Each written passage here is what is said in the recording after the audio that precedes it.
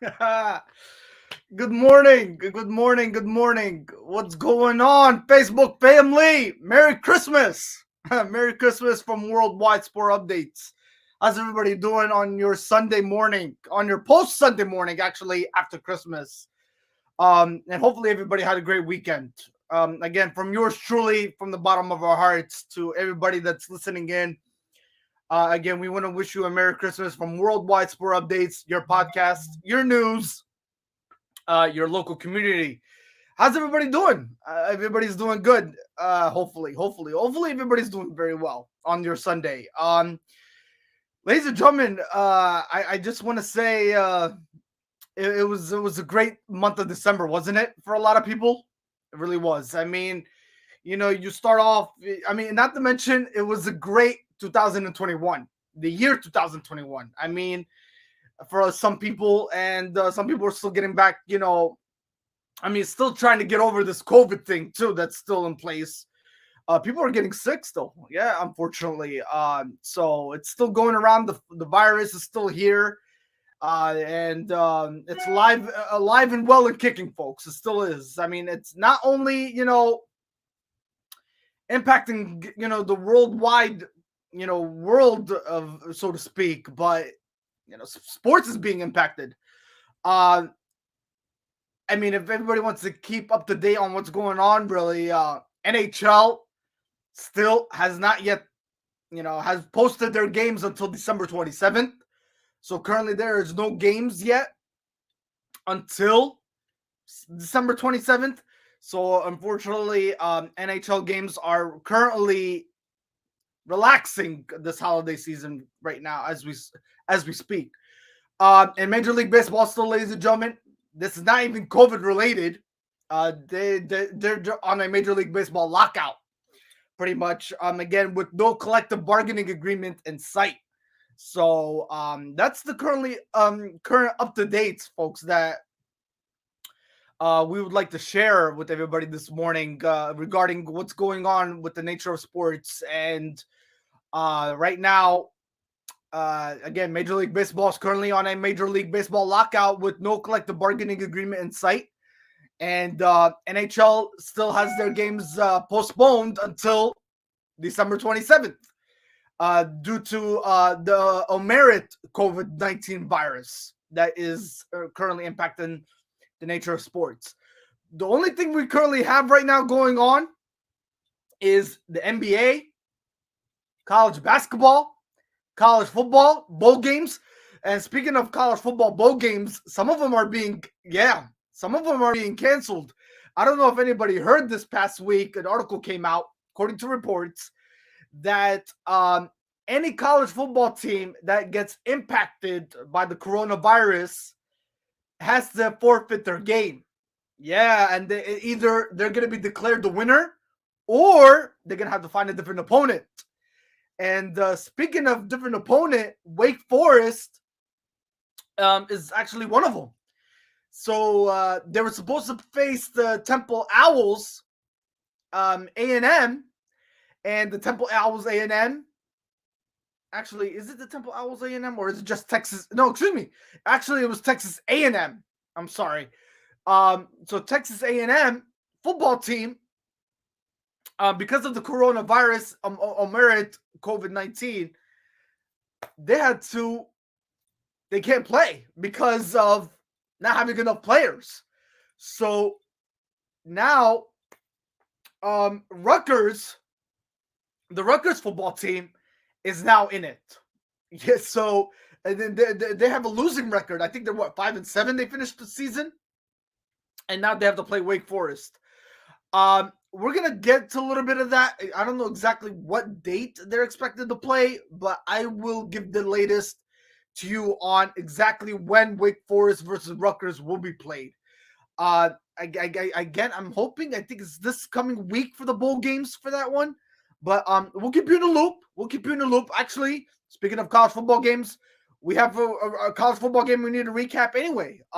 So I know we had a college football game yesterday between Georgia State versus Ball State. Yes, so we're gonna recap that football game for you, and we're gonna talk about it nonetheless. So again, folks, welcome tuning in on your Sunday. Again, Merry Christmas. Happy holidays to everybody out there.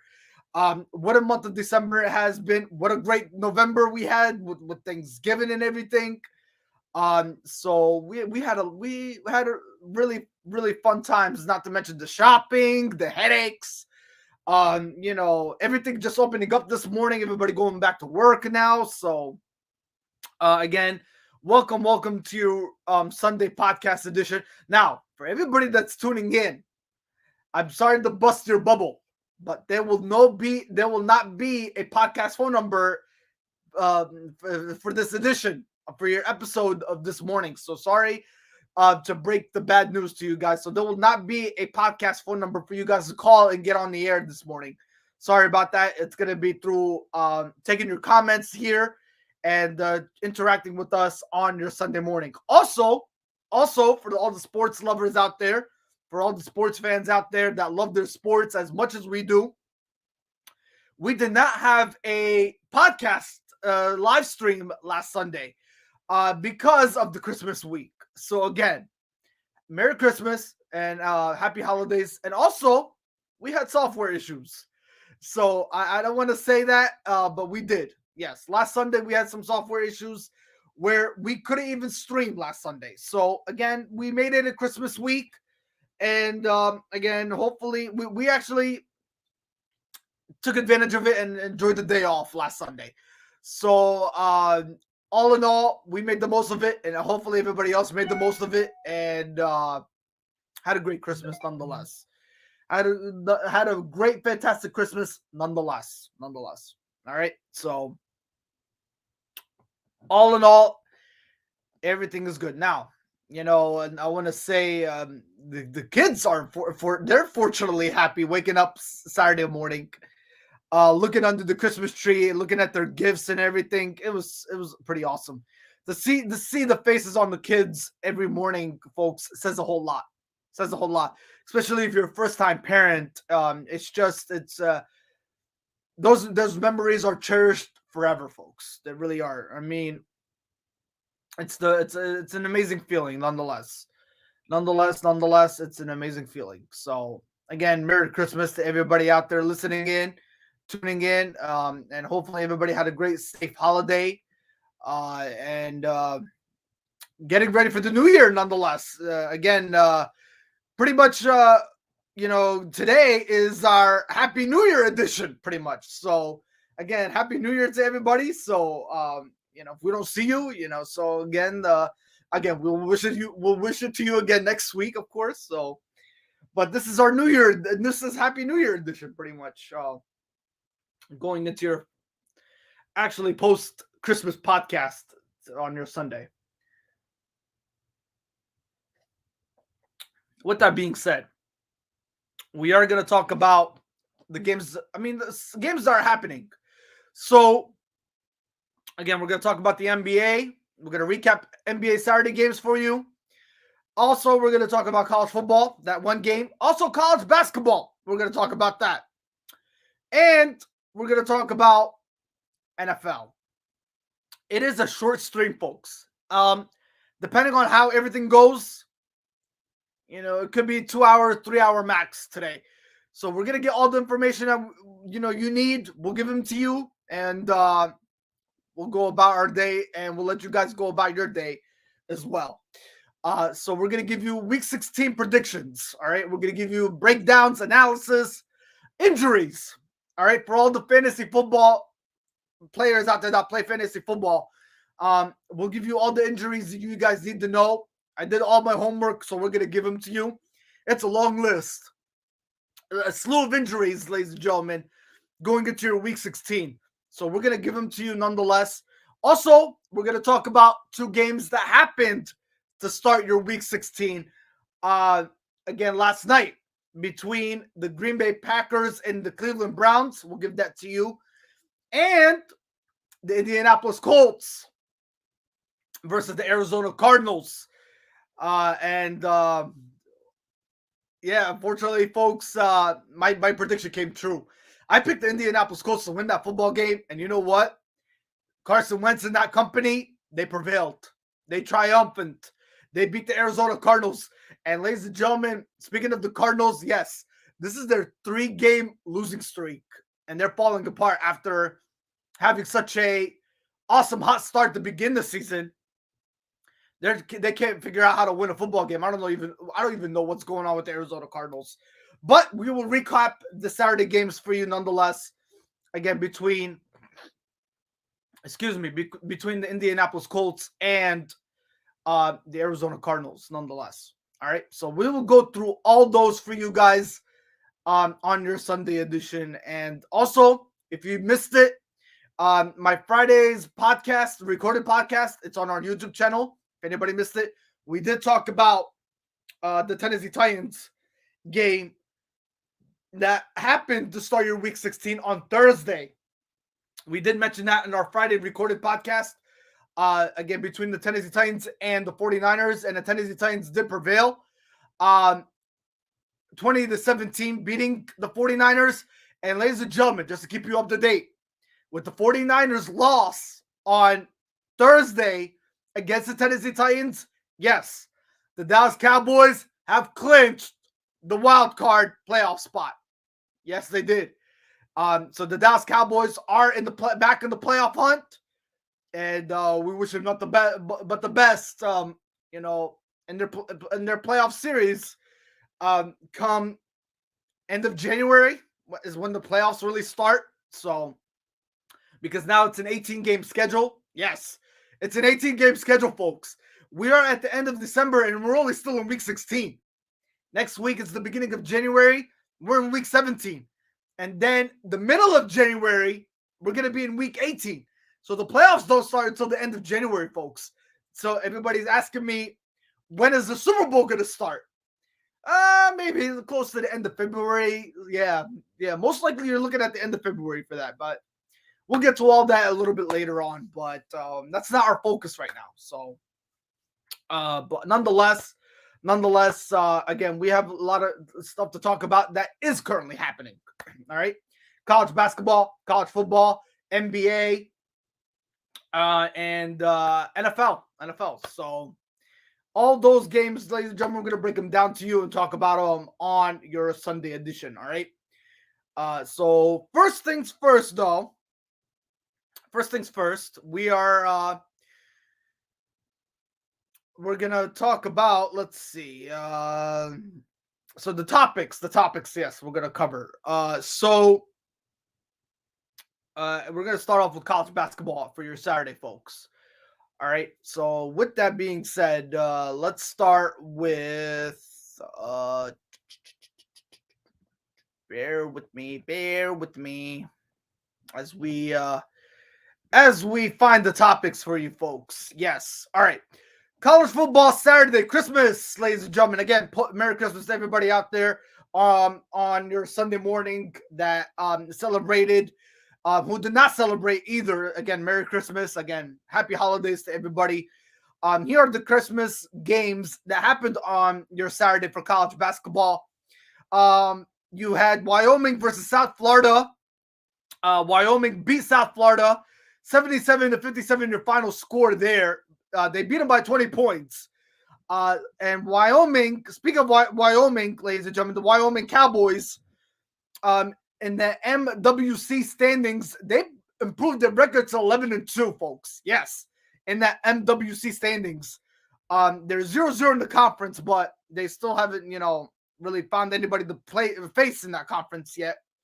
But they're 11-2 on the season, so awesome stuff for the Wyoming Cowboys beating the South Florida Bulls. And speaking of the South Florida Bulls, they fall to 5-7 on the season in the American Atlantic standings. But as far as the Wyoming Cowboys are concerned, ladies and gentlemen, yes, they prevailed by beating South Florida by 20 points. 77-57, your final score. Speaking of the Wyoming Cowboys, here are your team leaders. You have the guy that's leading in points going into the season, Graham Ike, ladies and gentlemen. Yes, with 19.5 points to start the season. The beginning of the season. And for Graham Ike, he's also leading in rebounds. Yes, he is leading with 8.4 rebounds, ladies and gentlemen. as far as another person to consider here to recognize, Hunter Melandono. Yes, Melandondo, excuse me. Hunter Melandondo, ladies and gentlemen. He is currently leading going into the season in assists with 5.9 assists. That's your team leader. Also, he is currently leading in steals. Hunter Melandondo, ladies and gentlemen, with 1.3 steals, ladies and gentlemen. And finally, yes, the guy that needs no introduction, Jeremiah Odin. He is currently leading going into this season so far in college men's college basketball. Field goal percentage 56.1 in field goal percentage, and also he's currently leading in blocks with 0.9 blocks for Jeremiah Odin, folks. So great stuff by the Wyoming Cowboys as they prevailed 77-57, your final score against South Florida, folks. So yes, great stuff there by this basketball team as they are off to a tremendous hot start. Nonetheless, going into their men's college basketball season. And look at it, ladies and gentlemen, think about this. We're closing out the month of December. Come January, February, March, you know what? We're almost 2 to 3 months away from March Madness. Can you believe it? Can you believe it, folks? We're close to March Madness already. Damn. Well, I mean, sorry for my language, but wow, that gives you goosebumps, doesn't it, though? I mean, doesn't it? I mean, we're closing out not only we're closing out the month of December, we're closing out the year of 2021. So, hard to believe. Definitely hard to believe. All right. And speaking of men's college basketball, they're off today to enjoy a Christmas break. And they had and yesterday they were supposed to have a break. Speaking of men's college basketball, they were supposed to have a break on Friday and Saturday from Christmas break. And they were supposed to have games scheduled for today, but because of the Omerid COVID-19 going around, they decided to make the postponed games that occurred Monday through Thursday. They had to make some games on Friday and Saturday. The only game that really we witnessed on Friday was a Friday morning game, a late night Friday morning game. I believe. Let me see who did play on that day. Let me check for you folks. Again, on Friday, December 24th. Yeah, it was South Florida at Hawaii. Yes, so Hawaii, they played that game Friday morning though. That was the only game that in college basketball, pretty much. And South Florida did prevail. They beat Hawaii 76-69. That final score there. To pick up their fifth victory nonetheless. But they suffered their 7th loss though. Excuse me, at the hands of the Wyoming Cowboys on Saturday. So again, they played Friday and they played Saturday too. I mean, yeah. So for the South Florida basketball team. And it was, and not to mention, ladies and gentlemen, South Florida traveled to Hawaii, and then they had to travel back home to play the Wyoming Cowboys, and it was tough for them. Yeah, it really was. And they got their 7th loss against the Wyoming Cowboys. So again, they had to make up some games. Friday Christmas Eve going into Christmas Day. So it was really tough on the South Florida men's college basketball. Also, speaking of the COVID-19 Omerid, ladies and gentlemen, that is going around impacting the world and impacting sports, Stanford versus Vanderbilt was canceled last night, folks. Yes, that game was scheduled to be an 8:30 p.m. game. It did not happen. So that game was postponed. I don't know if they're going to reschedule for a later date. They might. I think they issued it, or it just might not happen. I don't know yet. But we'll keep our ears and eyes open if we hear the latest on any up-to-date on that basketball game. if they're going to do a reschedule on it. Last time Stanford played, ladies and gentlemen, they're currently 8-4 on the season in the Pac-12 standings. The last time they played, they beat Liberty on Thursday, December 23rd. That's when they had their college basketball game before the holiday break. They beat them again 79-76 was the final score there. So Stanford is 8-4 right now, ladies and gentlemen, in the men's basketball Pac-12 standings. As far as Vanderbilt, ladies and gentlemen, in the SEC standings, they're currently 8-4 as well. Last time they had their game, again, they had it on Thursday, December 23rd, against Birmingham Young, against BYU men's basketball team. Vanderbilt, they beat BYU 69-67, your final score there. So that was their last basketball game, not to mention for the Vanderbilt Commanders. But again, they did not play yesterday for your Christmas edition as the COVID-19 merit impacted that basketball game, and they had to postpone. Maybe there is a rescheduled date, but if we hear anything, folks, just keep an eye out. We'll give you the latest updates on our sports page to deliver that news to you nonetheless. All right. So we'll see if there is any reschedule for that basketball game that they missed. It was supposed to happen yesterday and it did not. All right. So speaking of Liberty versus Birmingham Young, folks. So again, like I mentioned, Vanderbilt, they played Birmingham Young. So again, speaking of Birmingham Young, they had a game yesterday, and they played against Liberty. And Birmingham Young beat Liberty, ladies and gentlemen. 80-75 was your final score there. Birmingham Young, ladies and gentlemen, they improved their records 11-3 in the WCC standings. So awesome stuff right there for BYU. Again, Liberty, we mentioned, folks, in the ASUN standings, they are 8-6 on the season right now. So again, your team leaders for the Liberty Flames, currently, ladies and gentlemen, Darius McGee currently is your team leader for the season with 21.9 in points. Also, McGee, ladies and gentlemen, he's currently leading 1.4 steals in the season so far. Also, Kyle Rode from the Liberty Flames, he's currently leading an assist with 3.3 assists and goes so far into the season. Also, ladies and gentlemen, Blake Preston is currently leading with 5.1 rebounds into the season so far.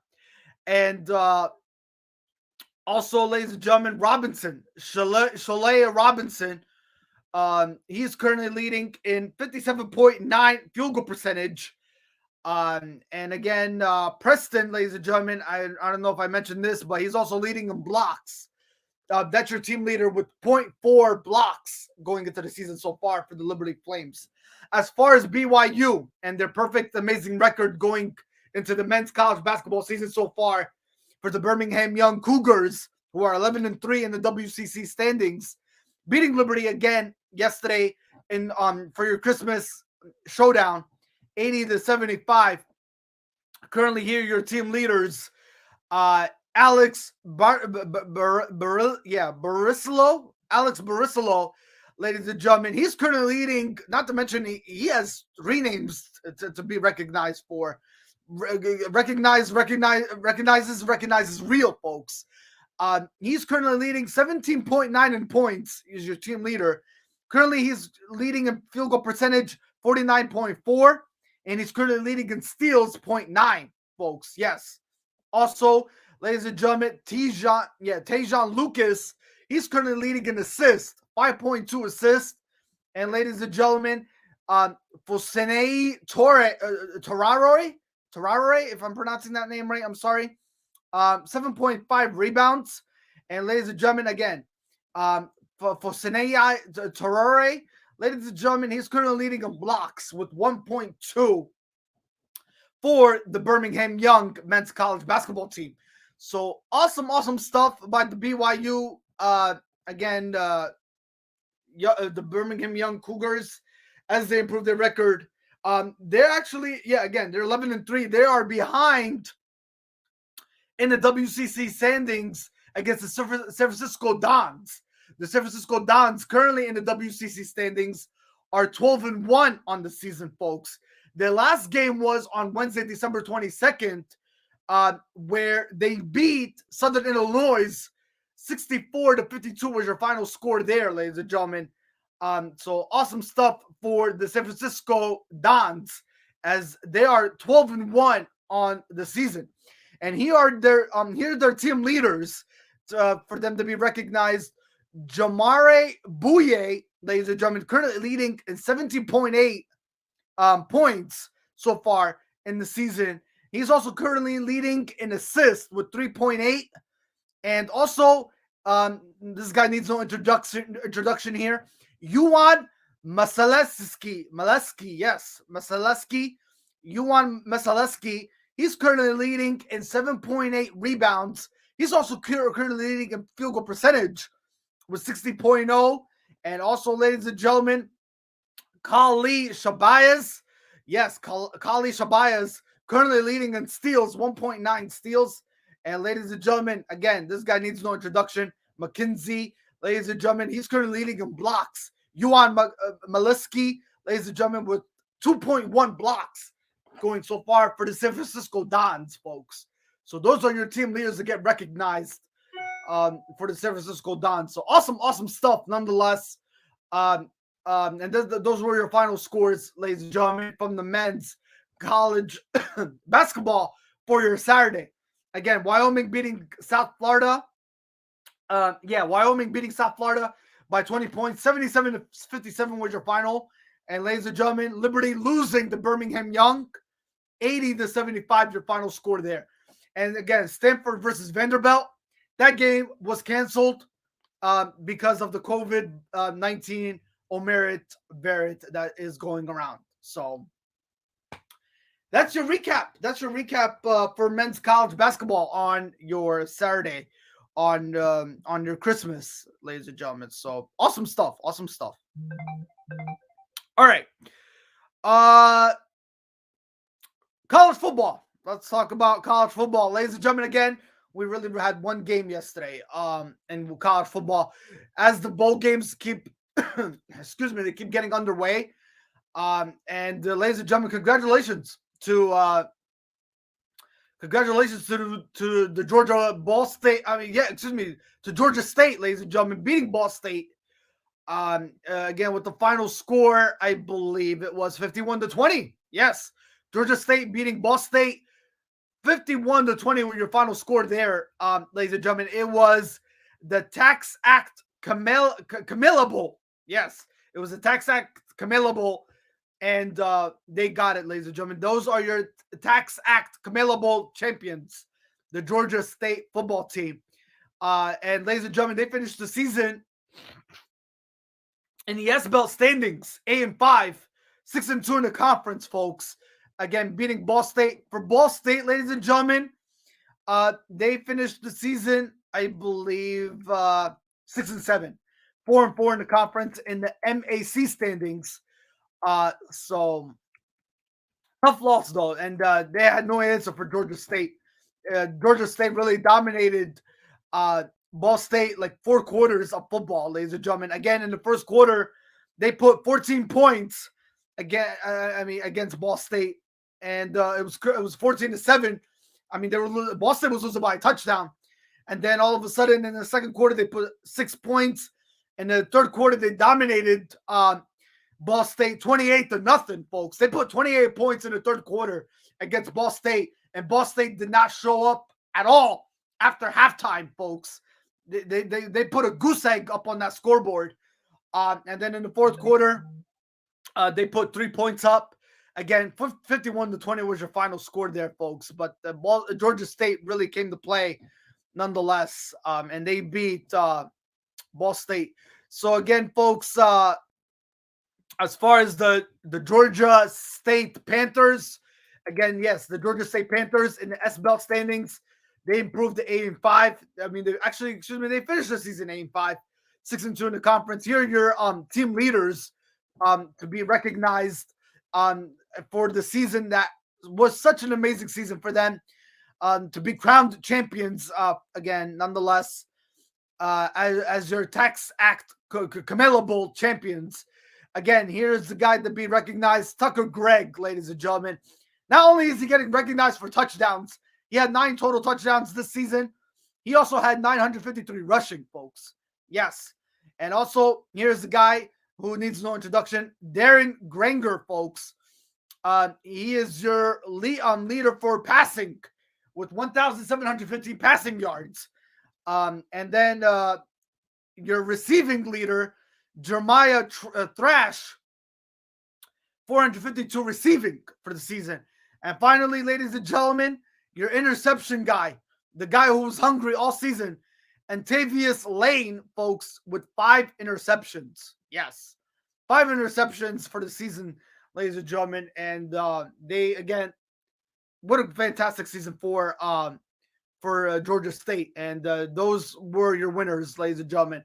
Crowned as your Tax Act Camelo champions, nonetheless, in the Camelo Bowl. All right, so good stuff indeed, folks, for the Georgia again, for the Ball State. Georgia State against Ball State, ladies and gentlemen, dominating them 51-20 was your final, nonetheless. So team prevailed, and they are your champions of the world, nonetheless. All right. Let me see here. Yeah, so again, 51-20, ladies and gentlemen, your Tax Act Camelo Bowl champions. All right. Other bowl champions to talk about, folks, that did happen this past week. Yeah, why not? What the heck? Let's go over it. UNT, ladies and gentlemen. This was the Frisco Football Classic. Miami, Ohio prevailed. They beat North Texas 27-14. Your final score. Congratulations to the Miami, Ohio. They are your Frisco Football Classic champions, nonetheless. That happened on Thursday, ladies and gentlemen, on December 23rd, before the Christmas holiday season. Also, ladies and gentlemen, Union Home Mortgage Gasparo. Yeah, that was the Union Home Mortgage Gasparo Bowl, ladies and gentlemen. Congratulations to the Central Florida beating the Florida Gators 29-17, your final score there. So those are your crown champions. Also on Wednesday, December 22nd, Missouri, ladies and gentlemen, by 2 points. Heck of a football game there. They lost to Army there, ladies and gentlemen. Army is your champions. They're your Lockheed Martin Armed Forces Bowl champions. They beat Missouri, ladies and gentlemen, 24-22, your final score there. Also, on Tuesday, December 21st, the famous Idaho Potato Bowl championship, ladies and gentlemen. Congratulations to Wyoming. They beat Kent State 52-38, your final score. So they are your Wyoming is your famous Idaho Potato Bowl champions. Also, the Tropical Smoothie Cafe Frisco Bowl championship, ladies and gentlemen. Congratulations to the San Diego State beating Texas San Antonio 38-24, your final score. San Diego State are your Tropical Smoothie Cafe Frisco Bowl champions. So awesome stuff. Also, ladies and gentlemen, on Monday, December 20th, your Myrtle Beach Bowl, presented by Tax Act, your Myrtle Beach Bowl championship. Tulsa, ladies and gentlemen, they beat Old Dominion 30-17, your final score there. Congratulations to Tulsa. Those are your Myrtle Beach Bowl championships. Your champion there to finish the season, nonetheless. And I believe Tulsa Green Waves, the Tulsa Golden Hurricanes, I'm sorry. They prevailed 30-17 again against Old Dominion, nonetheless. So congratulations to them on a fantastic season to finish strong as your Myrtle Beach Bowl champions. All right. Yes, let's go over the games that happened on Saturday, December 18th for you folks. Why the heck not? Why the heck not? Your roof claim, yes, your roofclaim.com Boca Raton Bowl. Ladies and gentlemen, congratulations to Western Kentucky beating Appalachian State 59-38, your final score there. Those Western Kentucky football team, they are your roof claim Boca Raton Bowl champions. Again, they finished the season in the CUSA standings with a 9-5 record, 7-1 in the conference nonetheless. Again, 59-38, your final score. This game's on December 18, 2021. All right. Your PUBG, yes, your PUBG Mobile New Mexico Bowl. Congratulations to Fresno State. They beat Texas El Paso 31-24, your final score there. All right. The Radiance Technologies Independence Bowl. Congratulations to UAB. They beat Birmingham Young 31-28. Upset right there. UAB was unranked. Again, they beat BYU. And the UAB, ladies and gentlemen, in the SUC standings, they finished the season 9-4, 6-2 in the conference. BYU football team, ladies and gentlemen, in the INDEP standings, they finished the season 10-3. So awesome stuff for the UAB Blazers, as they are your Radiance Technologies Independence Bowl champions. All right. The Lending Tree Bowl champions, congratulations to the Liberty football team beating Eastern Michigan 56-20 on December 18th. December 18th, 2021.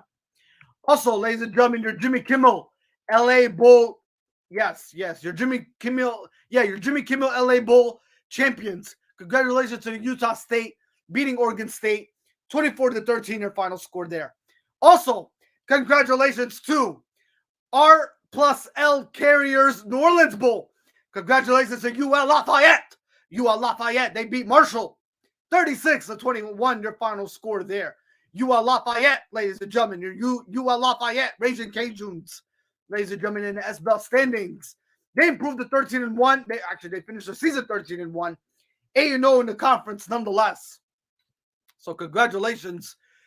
They beat, again, on Saturday, December 28, 2021, they beat the Marshall football team 36-21, your final score. UL Lafayette, you are the champions of the world, prevailing 36-21 for the UL Lafayette football team. Again, they are your R+L Carriers New Orleans Bowl champions. And here are the people, the team leaders to be recognized for your UL Lafayette Raging Cajuns. Mortel Johnson, folks. Currently, he led the season, ladies and gentlemen, with 12 touchdowns. Also, ladies and gentlemen, Chris Smith. He led your team leader. He led the whole season with 855 rushing. Also, ladies and gentlemen, Lavia Lewis. He led the whole season in passing with 2,917 passing yards. And also, ladies and gentlemen, Michael Jefferson. He is your receiving leader with 481 receiving yards. Also, your interception-hungry guy, Eric Greger, 2 interceptions, your team leader for the whole entire season. Again, congratulations to UL Lafayette Raging Cajuns, 13-1 to finish the season, and your R+L Carriers New Orleans Bowl champions. All right, and finally, on I believe was that and finally, ladies and gentlemen, on Friday, December 17, 2021, your Bahamas Bowl champions, they were the Middle Tennessee beating Toledo 31-24 by a touchdown, your final score there. Also, your Tail Greeter Cure Bowl champions. Congratulations to the Coastal Carolina beating Northern Illinois by 6 points, 47-41, your final score there, folks. So those are your College Bowl champions to start the week. So awesome stuff nonetheless, folks. Now, let's look ahead. Yes, what to look ahead. the college bowl, ladies and gentlemen, the college bowl playoffs, the college football bowl playoffs, they started December 17th, all the way, till, today. Till yesterday. They're dealing with the break now, unfortunately. So, but ladies and gentlemen, those are your amazing stuff. But regarding college football, but now the question is, what we're going to be looking ahead. Yes, we're going to be looking ahead to what's coming next for the college football perspective with the college football play bowl picture. So here are the games that are going to happen this coming week. Now that Christmas is over and everything, and now we focus our attention to New Year's this upcoming week. So college football is off today. All right, they're off today. They're scheduled to begin tomorrow again. Here are your college football bowl games that will continue again this upcoming week. You have Quick Lane Bowl, ladies and gentlemen, that is scheduled on Monday, December 27th. Yes. It will be Western Michigan versus Nevada. Yes, that's scheduled for 11 o'clock a.m., ladies and gentlemen. Your Quick Lane Bowl will be scheduled on Monday, December 27th. An early bird game, too. Western Michigan is currently 7-5 on the season. Nevada is 8-4. So that will be your Quick Lane Bowl upcoming matchup. That was scheduled for Monday, December 27th, 2021. Also on Monday, December 2021, you have a Military Bowl championship up for grabs. It will be hosted Boston College versus East Carolina, folks. Boston College is 6-6. East Carolina is 7-5. So that game is scheduled for 2:30 p.m. Eastern Time. Tune in for that one. Again, that's scheduled on Monday, December 27, 2021 at 2:30 p.m. Eastern Time. On Tuesday, December 28th, you have the Ticket Smarter, ladies and gentlemen, Birmingham Bowl. Two teams are scheduled to host that one. Will be the Houston Cougars. Yes, 11-2 football team scheduled to go against Auburn Tigers, who are 6-6. That game is scheduled to be at 12 o'clock p.m. Eastern Time on December 28, 2021. That will be an interesting matchup nonetheless. And it will be for the Ticket Smarter Birmingham Bowl. So we'll see who will grab that game. That will be an interesting game scheduled for 12 o'clock p.m. Eastern Time. Your Serve Pro First Responder Bowl. That game is on December 28, 2021. It'll be between Air Force and Louisville. Air Force will be putting their record on the line as they're 9-3, going up against Louisville, who are 6-6. Again, scheduled for 3:15 p.m. Eastern Time on Tuesday, December 28, 2021. Excuse me. Also, ladies and gentlemen, your AutoZone Liberty Bowl. That will be hosted by two football teams, scheduled for 6:45 p.m. on Tuesday, December 28. Mississippi State versus Texas Tech. Mississippi State is 7-5. Texas Tech is 6-6. That game is scheduled for 6:45 p.m. Eastern Time, and it is for the AutoZone Liberty Bowl Championship. Also, on Tuesday, December 28, San Diego County Credit Union Holiday Bowl, hosted by two teams, scheduled for 8 o'clock p.m. Eastern Time. It will be the UCLA Bruins versus the North Carolina State. Ladies and gentlemen, UCLA, Chip Kelly, 8-4 football team, scheduled to go against North Carolina State, who are 9-3, folks. So that will be your matchup for Tuesday, December 28, 2021. Also, ladies and gentlemen, West Virginia versus Minnesota, your Guaranteed Rate Bowl. That is scheduled, that's actually a late game on December 28, 2021. It is scheduled to be, the two teams that are hosting that one will be West Virginia versus Minnesota. West Virginia is 6-6. 8-4 is Minnesota. So those will be your matchups there. On Wednesday, December 29, 2021, ladies and gentlemen, WASABI Fenway Bowl It'll be the Southern Methodontists versus Virginia, scheduled for 11 o'clock a.m. Eastern Time. Southern Methodontists is 8-4, while UVA Virginia is 6-6. That game is scheduled for 11 o'clock a.m. Eastern Time. Also, your New Era Pine Strip Bowl. That is scheduled for 2:15 p.m. Eastern Time. Maryland will put in their record up again on the line, 6-6 against Virginia Tech, who are also 6-6, to crown a champion. Your New Era Pine Strip Bowl championship, nonetheless. All right, your Cheez-It Bowl championship.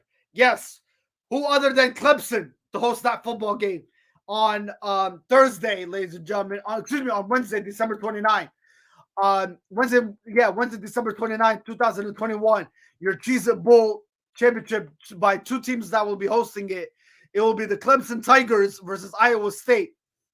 Clemson 9-3, 5:45 p.m. Eastern Time. Will be going against Iowa State, who are 7-5. So that will be a great matchup nonetheless. Also, your Valero Alamo Bowl, ladies and gentlemen. Yes, the Oregon Ducks, who are ranked 14 against the Oklahoma Cowboys. Yes, the Oklahoma State Cowboys. That's good. No, not the Oklahoma State Cowboys. I'm sorry, the Oklahoma Sooners.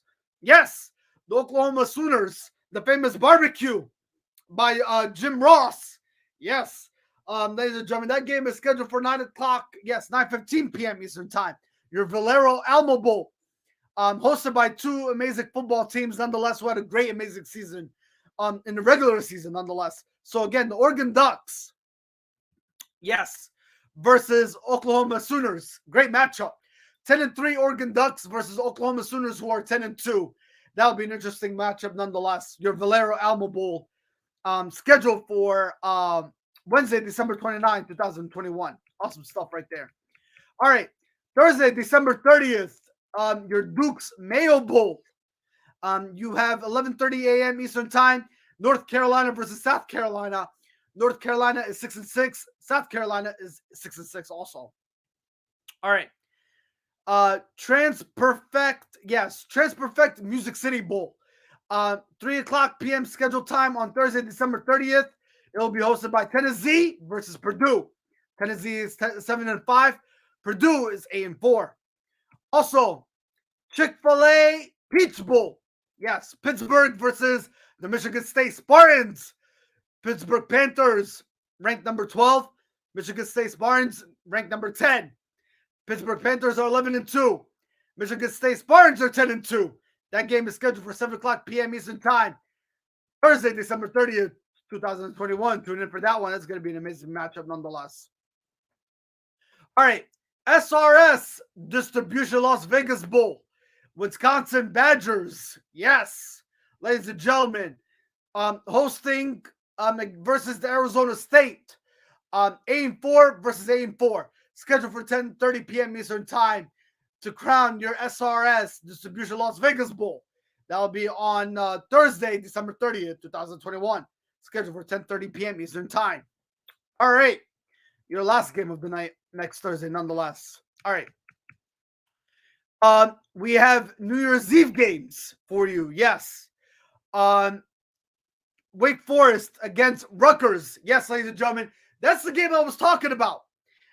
So Wake Forest does have an opponent. They'll be going up against Rutgers on Friday, December 21st, 2021, scheduled for 11 o'clock a.m. Eastern Time.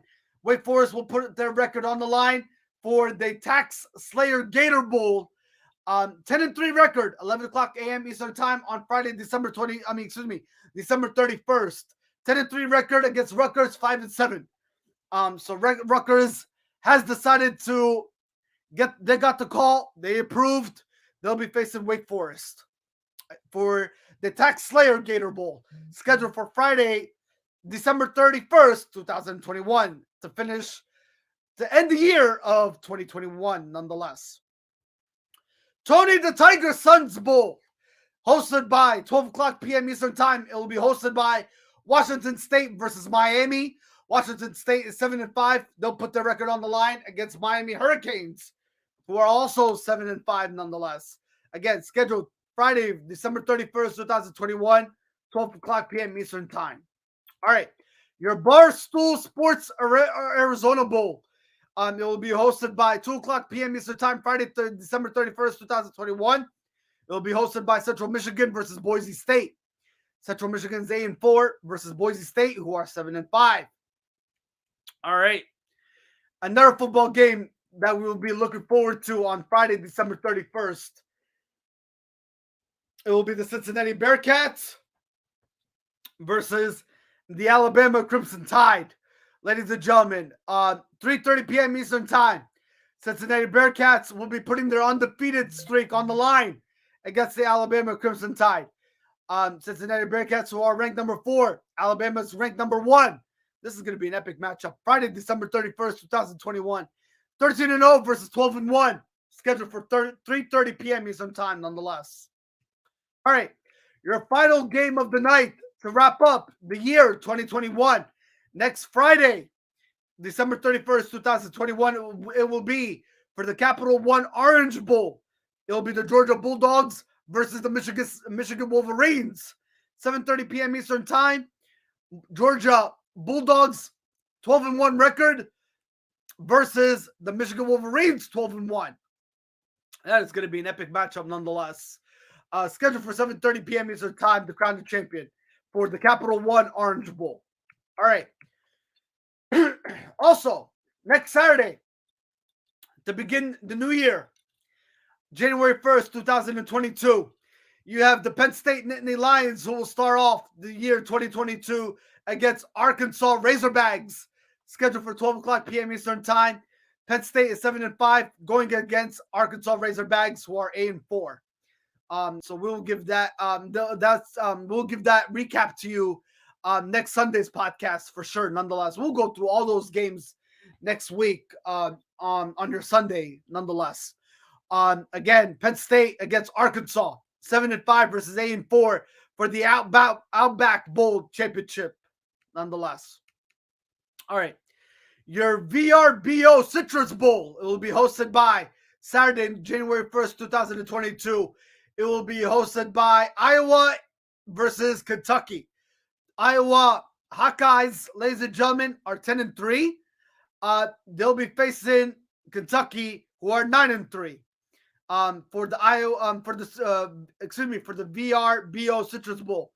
Again, January 1st, 2022. It'll be at 1 o'clock p.m. time, Eastern Time. Iowa versus Kentucky. PlayStation Fiesta Bowl. Next Saturday, it will be the Oklahoma State Cowboys versus the Notre Dame Fighting Irish. Scheduled for 1 o'clock p.m. time. 11-2, Oklahoma State Cowboys put their record on the line against the Notre Dame Fighting Irish, who are 11-1. That's going to be an epic matchup nonetheless. All right, your Rose Bowl game, ladies and gentlemen, your Rose Bowl game, that'll be also on Saturday. Next Saturday, scheduled for 5 o'clock Eastern Time. 2 teams that will be hosting it will be the Utah Utes. Ladies and gentlemen, they'll be putting the record 10-3 versus 10-2. The Ohio State Buckeyes, ladies and gentlemen. So they'll be going against them. And we all know who's going to win that football game nonetheless. But it'll be for the Rose Bowl game, ladies and gentlemen, to be crowned your Rose Bowl champions. So the Utah Utes versus the Ohio State Buckeyes. All right. Finally, ladies and gentlemen, on January 1st, 2022, to crown an all-state Sugar Bowl champion, ladies and gentlemen. It will be Baylor against Mississippi. Baylor is 11-2. Yes, your Baylor Bears versus Mississippi Rebels. So again, 11-2 Baylors versus the Mississippi Rebels, who are 10-2. That will be scheduled for 8:45 p.m. Eastern Time next Saturday.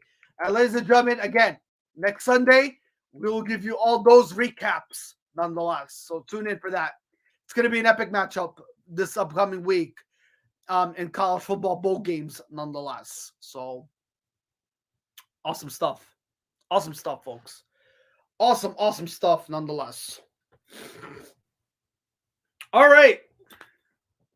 Good.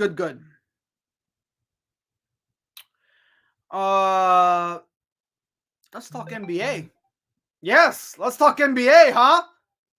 All right. We have some news to share. Yes, we do. I mean, if we didn't have any news, then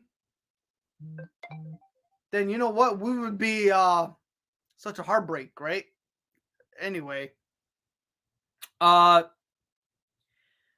so we have some news to share with everybody, folks. We're gonna give them that. We're gonna give that to you, folks. So, uh, so here's some NBA news to share with everybody. Congratulations to LeBron James on passing Kobe Bryant. Yes, the most total points scored on Christmas for LeBron James. He passed Kobe Bryant with 396, the most total points scored on Christmas. Congratulations to him.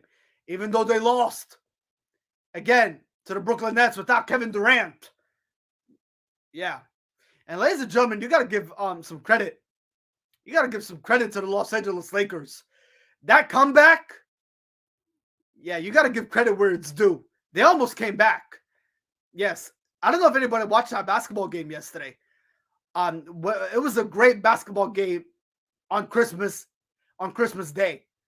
Nonetheless, I mean, Lakers put on a heck of a performance, but it was not enough. It was not enough. And speaking of not enough, here's some stats to break down with you folks. LeBron James put a total of 39 points, 9 rebounds, and he had a field goal percentage of 56. Yes. 7 assists, 3 steals, and 14 for 25. Yeah, 14 for 25. FGM. Yeah, field goals made. 14 for 25 field goals made. If anybody doesn't know what FGM stands for. Yeah, so again, he posted 39 points, 9 rebounds, 56 field goal percentage, 7 assists. He had 3 steals, and 14 for 25 field goals made. So what a comeback though. What a comeback. What a game. It was a great game. And again, you have to recognize real where it's real, folks. You have to recognize, you got to give credit where it's due. Patty Mills put on a heck of a show. He put on, yes, folks. He put on a heck of a show. He had a total of 34 points. Yes. 7 assists, 8 3 points made. 8 3-points made. Yes. 8 3-pointers made. 11 for 17 field goals made. And he was 8 for 13 from field goals made. So he was 8 for 13. But Patty Mills put on a show. He put on a show. 34 points, 7 assists, and 34 points and 7 rebounds. 34 points and 7 assists. Patty Mills put on a heck of a show. Yeah. James Harden, he had 10 rebounds, 10 assists. Ladies and gentlemen, 36 points. Heck of a performance for James Harden. And then Russell Westbrook, he had a total of 13 points, 12 rebounds, and 11 assists. And he had 1 steal. So, again, your final score for that basketball game, the Brooklyn Nets, they beat the Los Angeles Lakers. 112 to 115 was your final. Yes. 122 to 115. What a game. What a game if anybody did not watch that basketball game yesterday. Oh my God, what a performance. What a performance nonetheless. So yes, Patty Mills, folks. Patty Mills.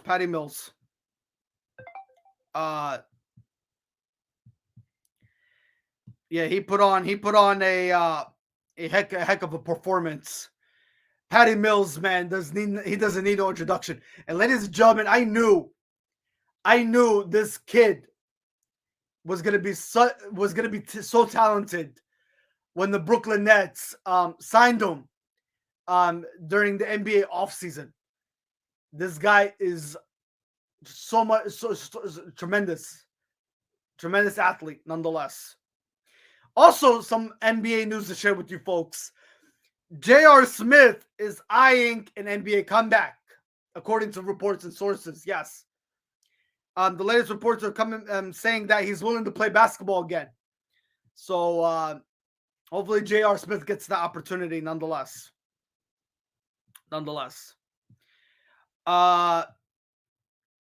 Also, ladies and gentlemen, here's another NBA news I want to share with everybody.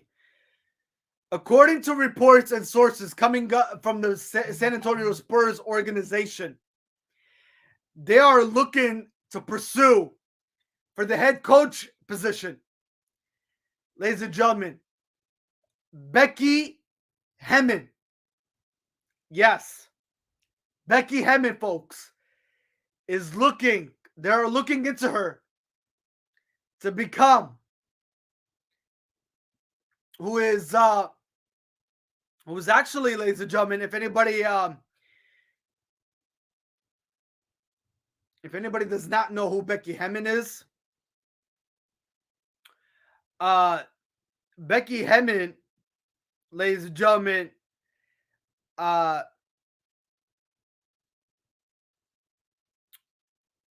she was the head coach of the Las Vegas Aces and the New York Liberty of the WNBA basketball team.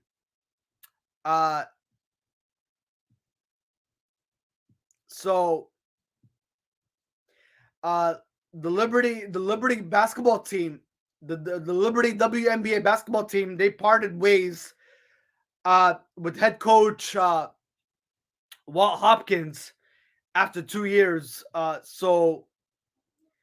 So currently, right now, Becky Hammon is currently being targeted. Again, not only is the San Antonio Spurs assistant, she's currently the assistant for the San Antonio Spurs. Yes, Becky Hammon is currently the assistant for the San Antonio Spurs. And she's looking to be the head coach of the NBA basketball team. Reports, according to sources, that was being talked about, that she wants to be the head coach of an NBA basketball team once Greg Popovich calls it a career. But Becky Hammon was currently the assistant for the San Antonio Spurs, the Liberty Aces WNBA basketball team, and the the Liberty Aces and the Las Vegas Aces and the New York Liberty, ladies and gentlemen, WNBA basketball team are currently pursuing. They're looking to pursue Becky Hammon. I'm trying to get that information out. I'm trying to get my facts and my information accurate here. So, again, Becky Hammon, who is currently the San Antonio Spurs, the Las Vegas Aces, and New York, ladies and gentlemen, New York Liberty are looking to pursue the talents of Becky Hammon, the San Antonio Spurs assistant. But also, ladies and gentlemen, reports have been going on and talked about that Becky Hammon also wants to be the head coach and take over Greg Popovich. She wants to make history in the NBA, nonetheless. But again, Becky Hammon is the GOAT of all GOATs. She is the amazing head coach of, she used to be a head coach of the WNBA basketball. But now they're looking to consider her again as a head coach, not only for the WNBA Las Vegas Aces basketball team, but also the New York Liberty are chiming in as well to look to pursue her talents for the head coaching position, nonetheless. So those reports are coming in. Nonetheless. All right. So again, more NBA basketball news to share with you folks. Stephen Curry had a heck of a performance last night against the Phoenix Suns. Yes. Speaking of the Phoenix Suns, that snapped their 5-game winning streak. Yes. So congratulations to the Golden State Warriors. Stephen Curry had an amazing performance. 33 points, 6 assists, 4 rebounds, and he was 5 for 16 from the 3-point line. So awesome stuff by Stephen Curry, folks. He had a great showing. The Phoenix Suns, again, they had no answer for Stephen Curry, nonetheless. So your final score there, ladies and gentlemen, was 116-107. So again, Golden State prevailed, nonetheless. All right. So awesome stuff. Awesome stuff. All right. Other stuff to go over, ladies and gentlemen, regarding NBA basketball. We can share with you folks. Okay, so yeah, Golden State again, they prevailed against the Phoenix Suns 116-107. That was your again, Christmas edition of NBA basketball yesterday. Also, ladies and gentlemen, LeBron James lost to the Brooklyn Nets. Again, your final score there, ladies and gentlemen, Brooklyn Nets prevailed. Also, almost an epic comeback by the Los Angeles Lakers, but the Brooklyn Nets prevailed 122-115, your final score there. All right. Also, ladies and gentlemen, NBA basketball news for your Christmas edition. Utah Jazz, they prevailed 120 against, ladies and gentlemen, let's see who they did prevail against. Yes, so the Utah Jazz, ladies and gentlemen, they, again, without Luka Doncic, yes, without Luka Doncic in the lineup, the Utah Jazz, they prevailed against the Dallas Mavericks 120-116, your final score there. All right. So, and then, ladies and gentlemen, more basketball news to go over. The New York Knicks, they beat, without Trae Young, ladies and gentlemen, the New York Knicks, they beat the Hawks 101-87, your final score there.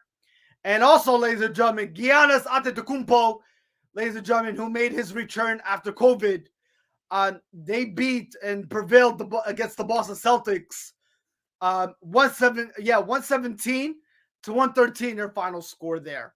And speaking of the Milwaukee Bucks, they prevailed and they improved their record 22-13 on the season.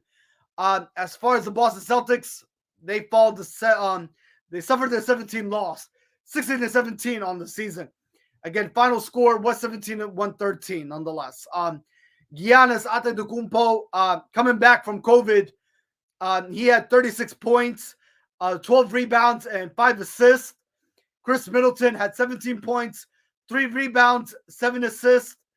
And Drew Holiday, he had 17 points, 5 rebounds, and 3 assists. And Bobby Portis, he has 16 points, 10 rebounds, and 4 assists posted. So awesome showing nonetheless. As far as the Hawks and the Knicks are concerned, again, the Knicks prevailed 101-87. The Knicks, Julius Randle, great performance, 25 points, 12 rebounds, 3 assists. Kemba Walker, ladies and gentlemen, he had 10 points, 10 rebounds, 12 assists. Evan Fournier, yes, Evan Fournier, he had 15 points, 5 rebounds, and 3 assists. And then Quentin Grimes, he had 15 points, 2 rebounds, and 2 assists. And ladies and gentlemen, also Obadiah Topian, he had 13 points, 4 rebounds, and 1 assist. So that is, again, your NBA basketball recap for your Saturday, folks. So awesome stuff nonetheless, folks. Awesome stuff. So again, Here are your NBA basketball recap for Saturday. Again, the Hawks losing to the Knicks 101-87. Boston Celtics losing to the Milwaukee Bucks 117-113. Golden State Warriors beating the Phoenix Suns to snap their 5-game winning streak 117-107. The Brooklyn Nets beating the comeback Lakers. Yes, let's call them the comeback Lakers 122-115. Awesome basketball game nonetheless, though. Utah Jazz beating the Dallas Mavericks 120-115. 116. Your final score there. All right. We do have NBA basketball games going on for today. And we're going to give you some predictions. Yes. We're going to give you some predictions.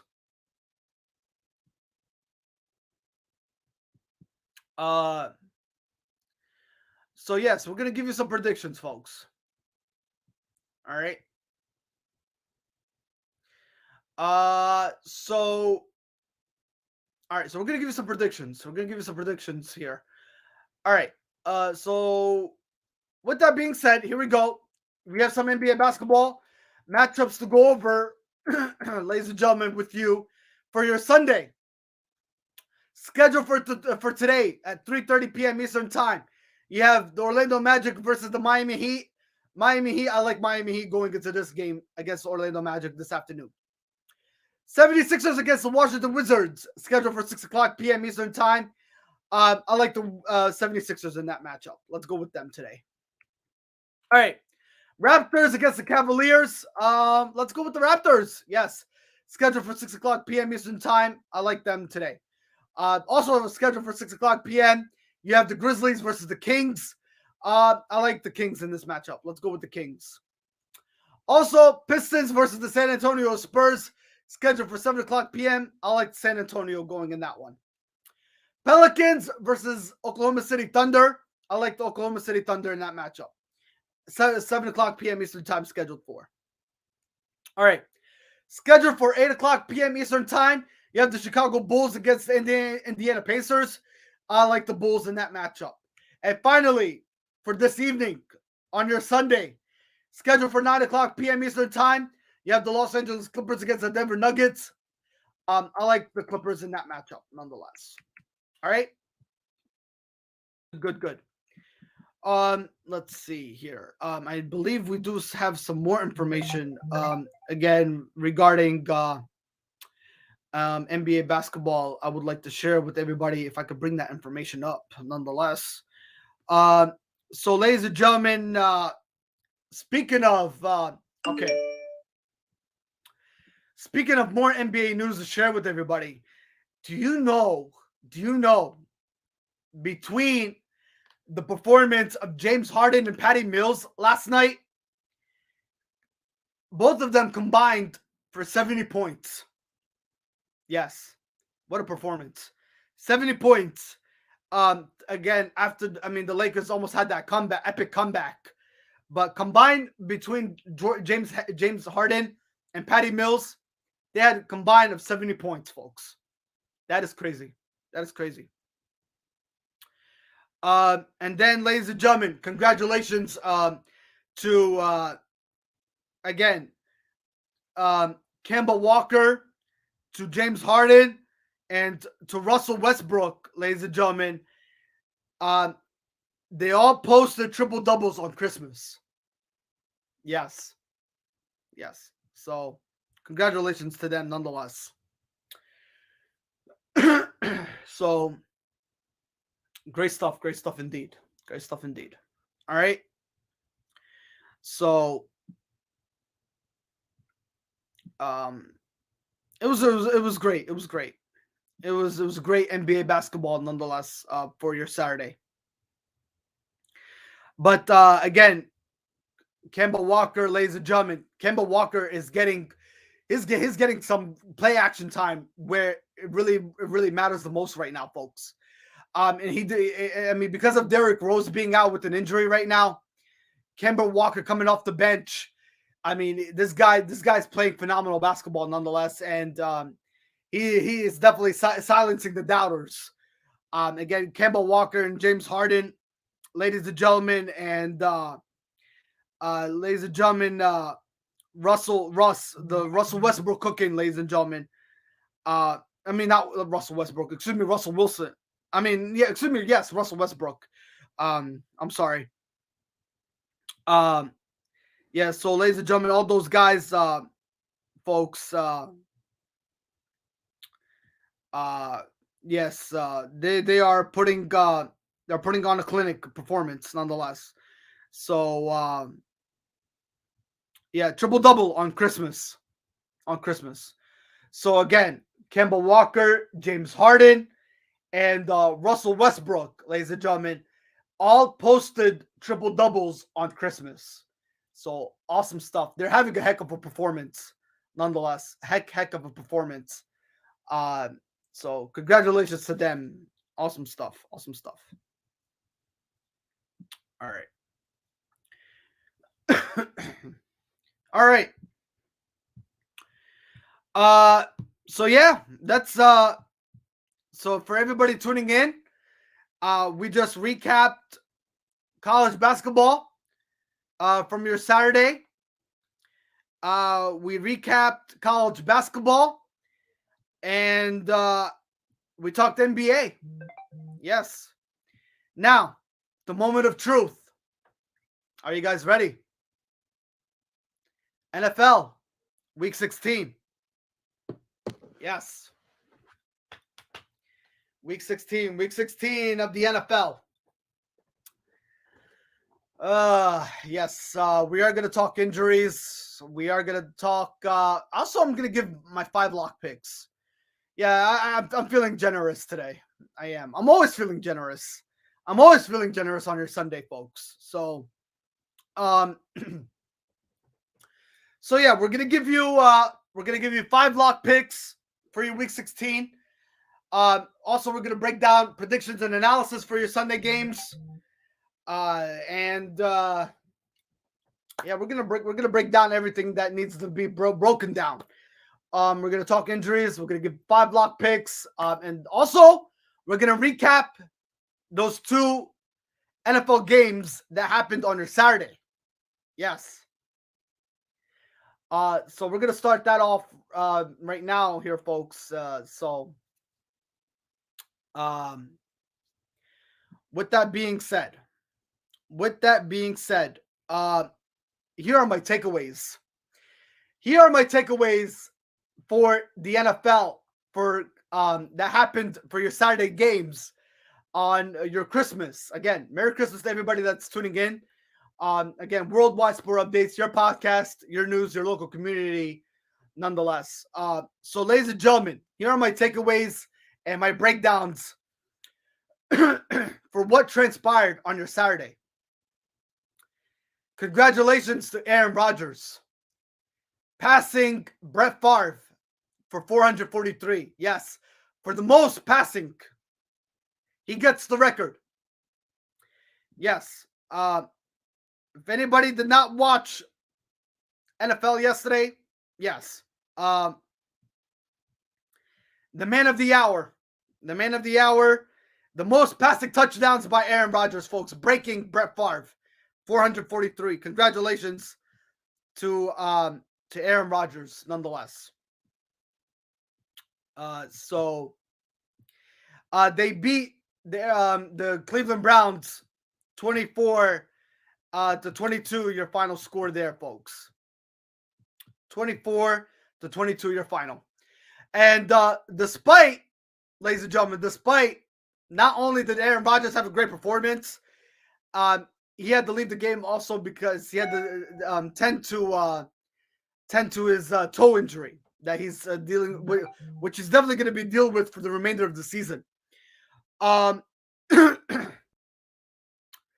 Also, ladies and gentlemen, somebody had a bad performance on the other side of the ball, on the other side of the field.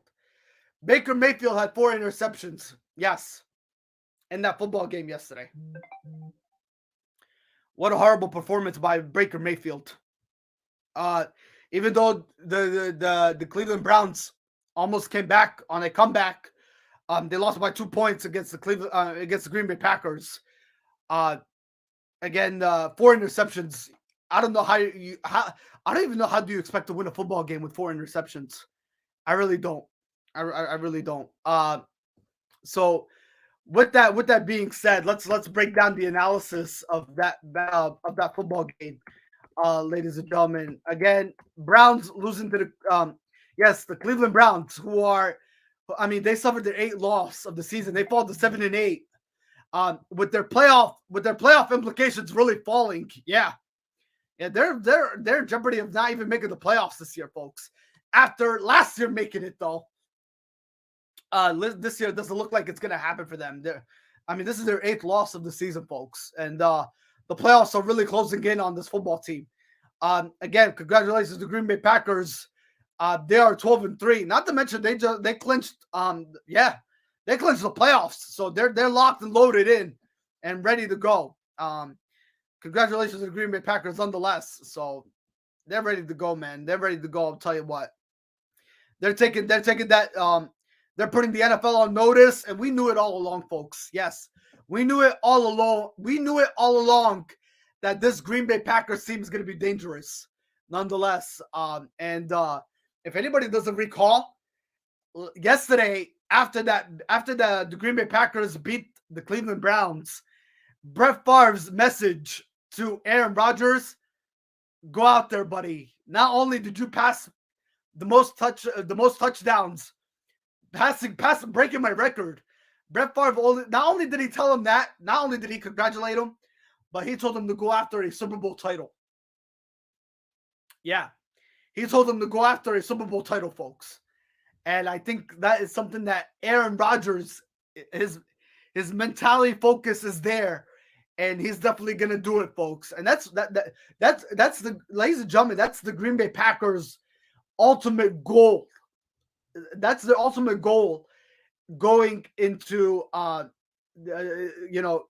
season. Once the NFL season wraps up, and their focus and their mentality is on the playoffs, that is going to be the Green Bay Packers' ultimate goal, folks, is to go after a Super Bowl run. And not to mention, to get Tom Brady out of the picture. And we're going to talk about Tom Brady, ladies and gentlemen, after his frustrating loss last week against on Monday Night Football. I believe it was Monday Night Football. Either it was Monday Night or Sunday Night Football, ladies and gentlemen, when they lost to the New Orleans Saints, and they had no answer for the New Orleans Saints, ladies and gentlemen, when they lost to them 9-0. Yes, they lost to them 9-0, folks. Wow. Under the lights. And Tom Brady was all but nothing but frustrated, and he had no answer for that New Orleans. And speaking of the New Orleans Saints, folks, they're still alive in the playoffs, and they hold, without Drew Brees, ladies and gentlemen, they hold a 2-0 record. Yeah, they beat the Tampa Bay Buccaneers twice. They hold a 2-0 record on the Tampa Bay Buccaneers under Tom Brady. So we're going to get to all that.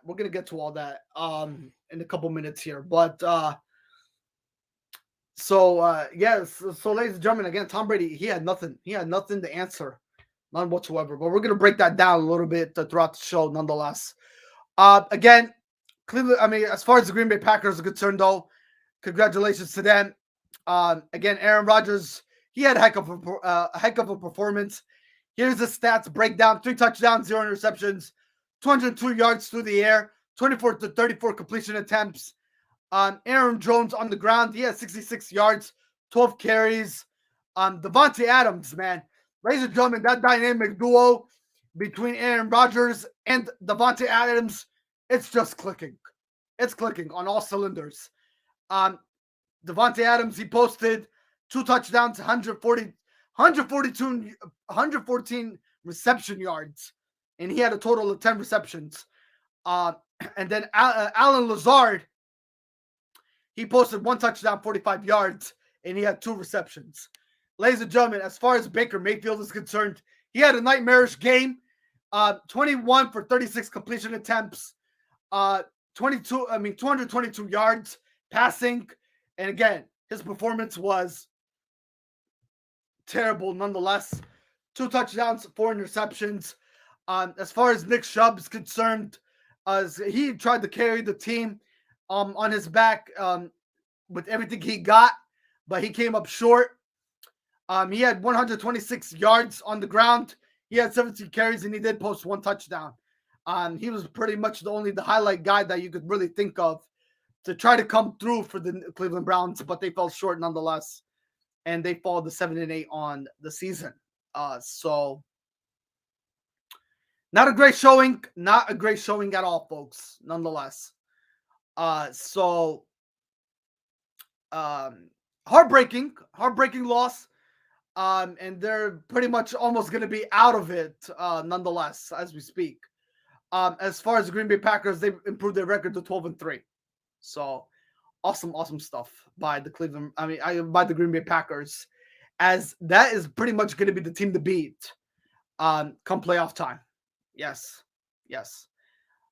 So right now, ladies and gentlemen, Aaron Rodgers is fighting with all stacks on deck, and it's pretty much he's fighting with motivation, adversity, nonetheless. So the guy is playing with heart, and again, the ultimate goal. It's either for the Green Bay Packers, ladies and gentlemen, the ultimate goal, it's either a break or it's either a break or don't break season for them. It's either break or don't break this season.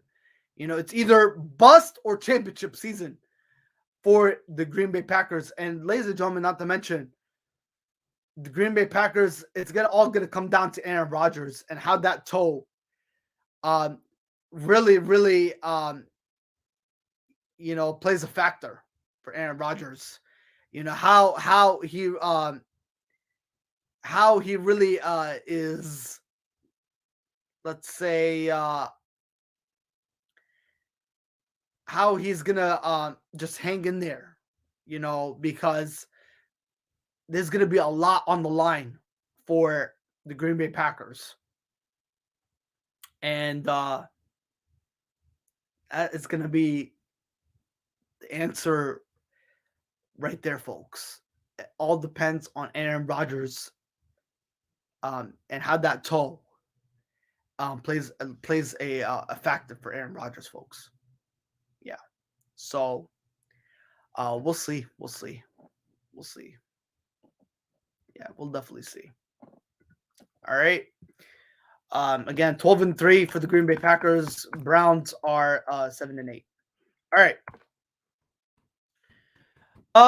Again, we had another game, ladies and gentlemen, for Christmas. On Saturday, we had the Arizona Cardinals against the Indianapolis Colts. Ladies and gentlemen, Carson Wentz.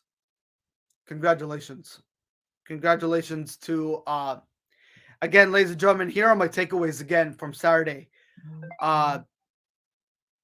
Again, not only did Aaron Rodgers, he got the record, he broke the record. Baker Mayfield melts down with 4 interceptions. Carson Wentz delivers. The Cardinals collapse again with their losing streak as it continues. And yeah, again, that was my takeaway. Ladies and gentlemen, the Arizona Cardinals are 10-5. Yes, that is their 3rd consecutive loss for the Arizona Cardinals. Yeah. Their 3rd consecutive loss, folks. Look at the NFC West. I mean, the Rams are 10-4. They have a good shot of making it 11-4 this upcoming weekend. Actually, so to speak, today. And the Rams are in a 3-game winning streak. So the Rams, ladies and gentlemen, after today, they could definitely hold possession of first place in the NFC West. Yes. And the Cardinals they need help, folks. I think they need the Rams to lose, and I think they need the Eagles to lose. And I believe they need another football team to lose. I think they need the Tampa Bay Buccaneers to lose for the Arizona Cardinals to clinch the NFC West. So yeah, they need the Eagles, they need the Rams, and they need the Buccaneers. But I really highly doubt that the Eagles, the Rams, or the Buccaneers are going to lose today. But we shall see. We shall see. We definitely shall see.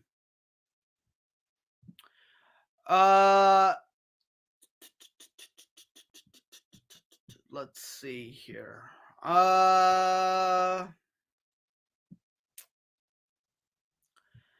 So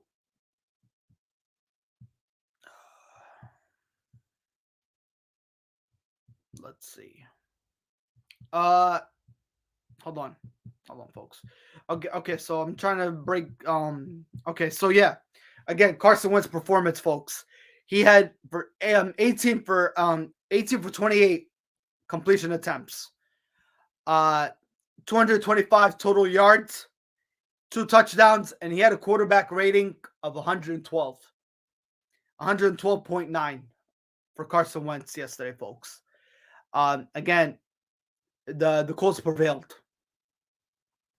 beating the Cardinals 22-16 your final score. And ladies and gentlemen, this puts a damper on the Tennessee Titans. Not only did the Tennessee Titans win over the weekend, yeah, Tennessee definitely needed the Indianapolis Colts to lose, and that did not happen. So the Indianapolis Colts are knocking, ladies and gentlemen. They are. They're 9-6, and they're knocking on the doorstep. Yeah, they are. They definitely are. Again, folks, Carson Wentz, Jonathan Taylor had a great performance on the ground. 108 yards on the ground, 27 carries. T.Y. Hilton posted 1 touchdown. He had 51 reception yards. He had 4 receptions as well. Michael Pittman had 82 reception yards, 8 receptions. And ladies and gentlemen, as far as Kyle Murray, Kyle Murray put on a highlight of a show, though. So, not only, he put on a highlight to end the year 2021. Using his legs effectively, I think that could be easily top 10 for Kyle Murray. But again, he came up short nonetheless. He posted 1 touchdown. He did not commit any turnovers. 27 for 43 completion attempts. He had 245 passing yards. Chase Edmonds, ladies and gentlemen, he posted 1 touchdown, 56 yards, and he had 16 carries. Jonathan Ward, again, he was not effective much. He had 3 yards, 1 carry. And ladies and gentlemen, Zach Ertz came through a little bit for the Arizona Cardinals. He had 54 yards, 8 receptions. Christian Kirk, 48 yards, 7 receptions. And then your tight end, ladies and gentlemen,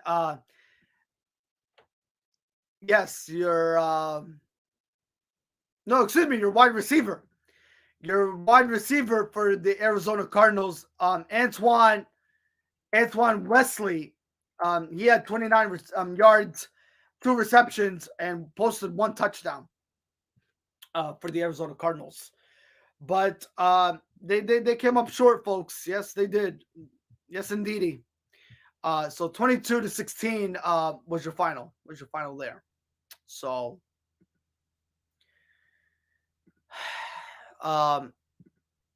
again, as far as the AFC is concerned, for the AFC South, Tennessee Titans, they definitely, ladies and gentlemen, they needed the Indianapolis Colts to lose, and Indianapolis Colts are knocking, folks. They definitely are, and not to mention, ladies and gentlemen, the Indianapolis Colts are riding a 3-game winning streak in the AFC South right now.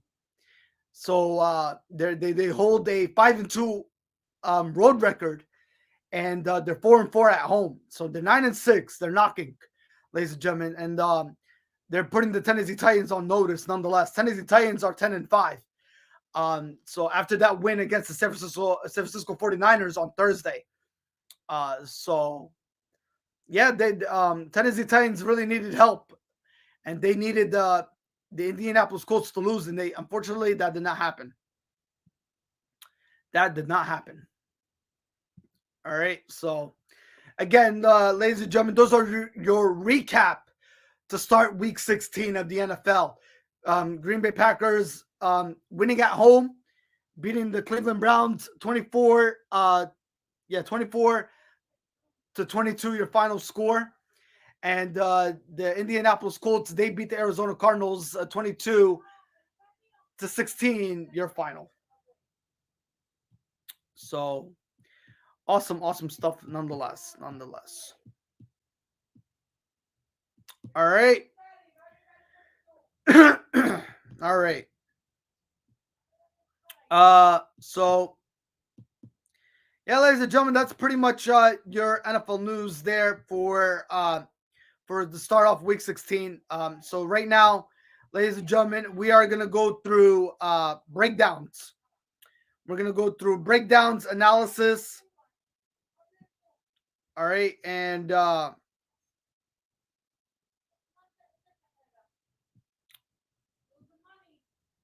right.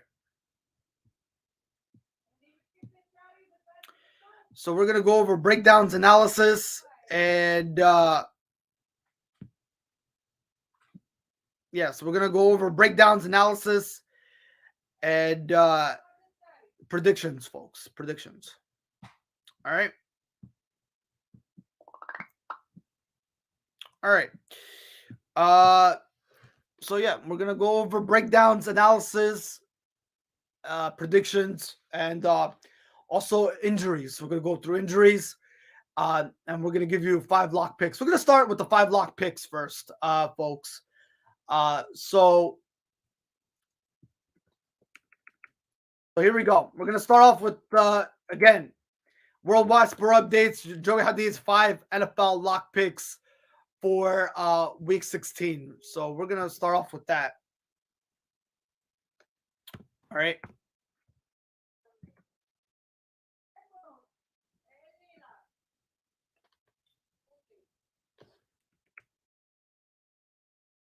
All right.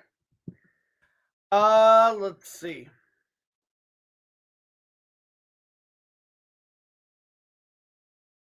All right. We are gonna go through your Week 16 5 NFL lock picks for you folks. All right.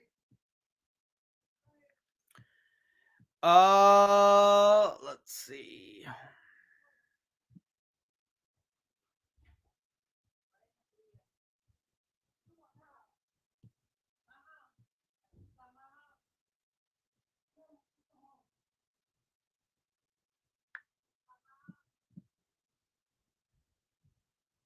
All right.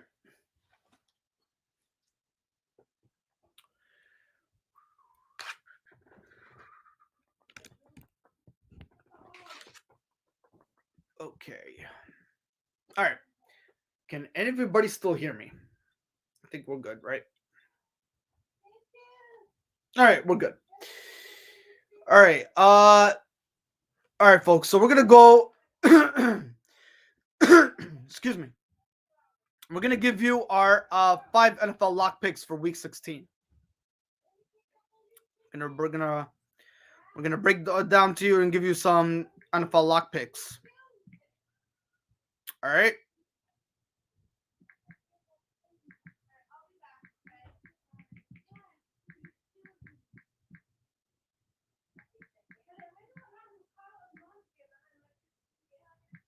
All right.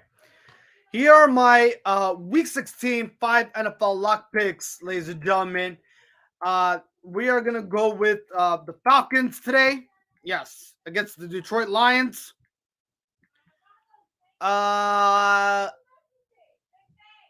We're also gonna go with.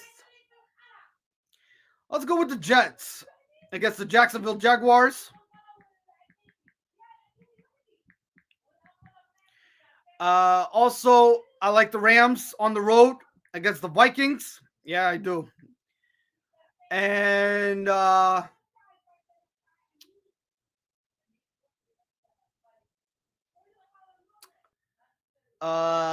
let's go with the Buccaneers against the Panthers. And finally, folks, let's go with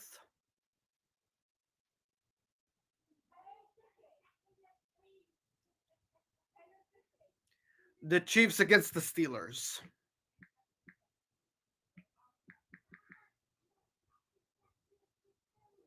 All right. Those are my lock picks.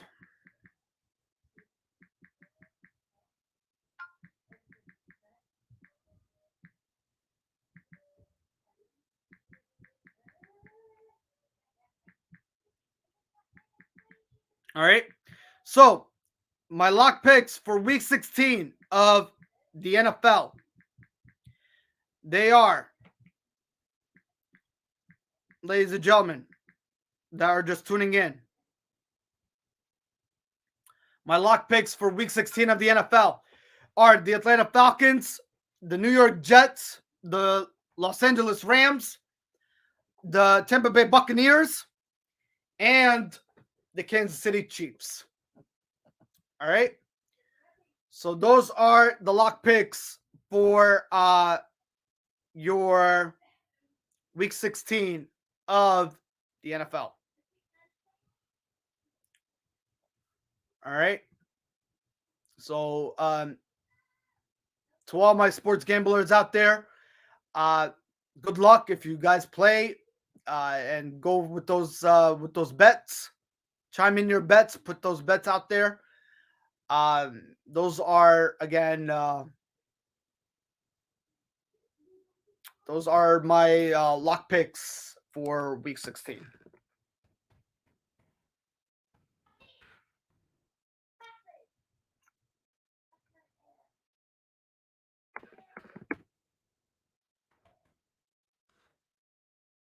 All right. Okay.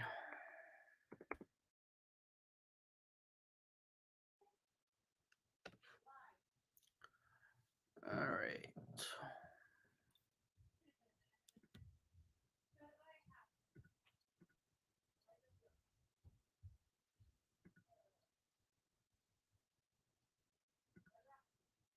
All right.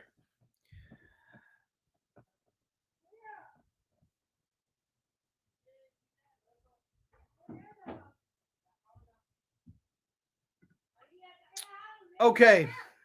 So, lock picks again, folks, for week 16. They are the Falcons, the Jets, the Rams, the Bucks, and the Kansas City Chiefs. All right.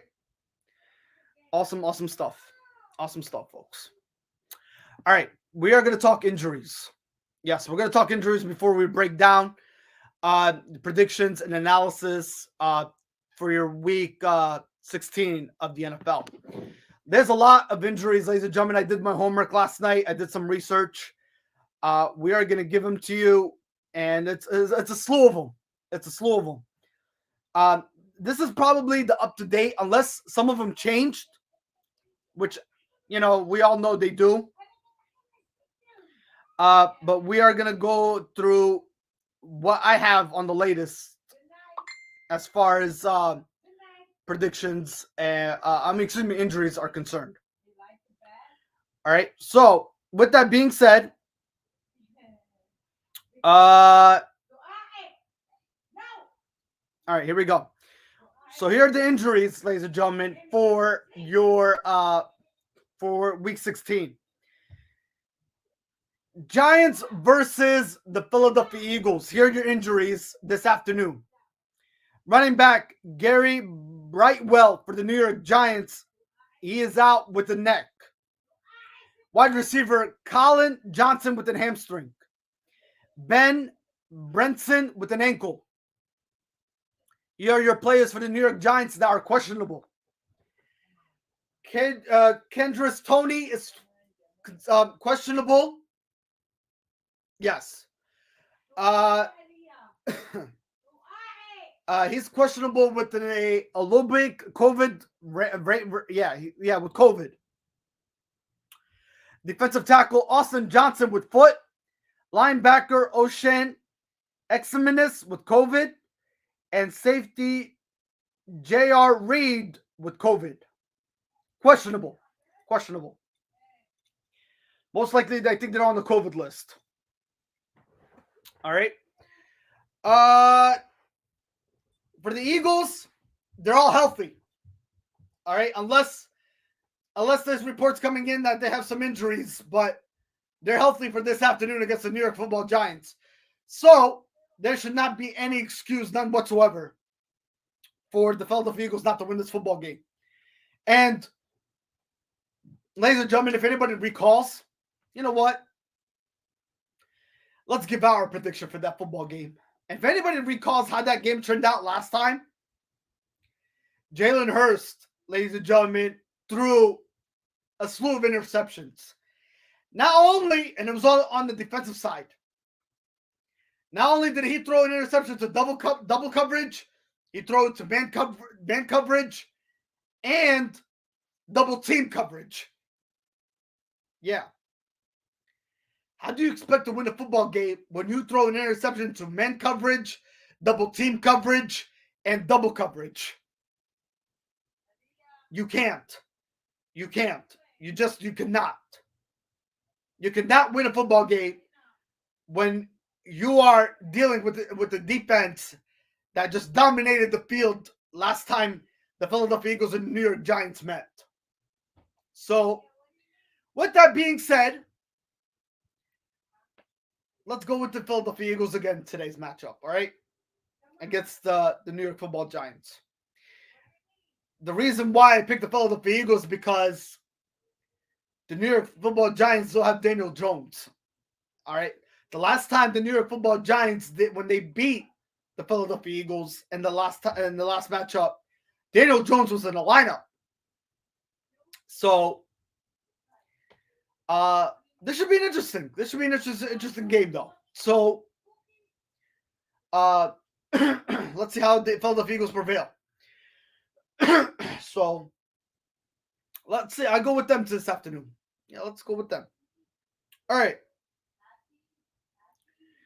Los Angeles Rams versus the Minnesota Vikings. Here are the injuries for the Los Angeles Rams.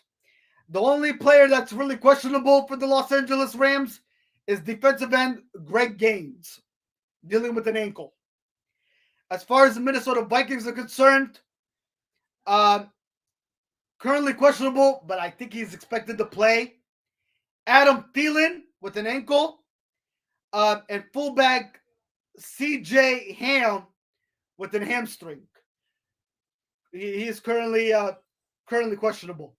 Sean, good morning, brother. Merry Christmas to you and the family. How's everybody doing on your Sunday? I gave you 5 NFL lock picks. Now, they're not that accurate, but if you would like to take advantage of them, you're more than welcome to, my friend. Take advantage of them. I don't know if you're a sports gambler, but take advantage of those NFL lock picks. I mean, you can use some of them. You can use some of them. All right, you can use some of those NFL lock picks, but I am not going to hold you accountable, buddy. I'm not going to hold you against it. You can use some of my NFL lock picks, but you're more than welcome to change it up a bit. But I think I'm pretty sure accurate on those NFL lock picks. I am. But you are more than welcome to change those picks if you don't feel very comfortable with those NFL lock picks. But if you're a sports gambler, my friend, you are more than welcome to take advantage of those NFL lock picks. Thank you, my brother. Thank you. Appreciate you. Merry Christmas to you and your family as well. We appreciate it nonetheless. Hopefully everybody had a great Christmas. Again, Merry Christmas again, everyone, from Worldwide Sport Updates, your podcast, your news, your local community, nonetheless. So again, folks, take advantage of those NFL lock picks. I mean, we have again like I mentioned, we have the Falcons, the New York Jets the Rams, the Buccaneers, and the Chiefs, nonetheless. All right. The Rams and the Vikings scheduled for this afternoon. Who do I have? Now, I do have the Rams for that matchup. The reason why I have the Rams, I know, ladies and gentlemen, you're probably asking me right now, why do you pick the Rams? What are you thinking, Joey?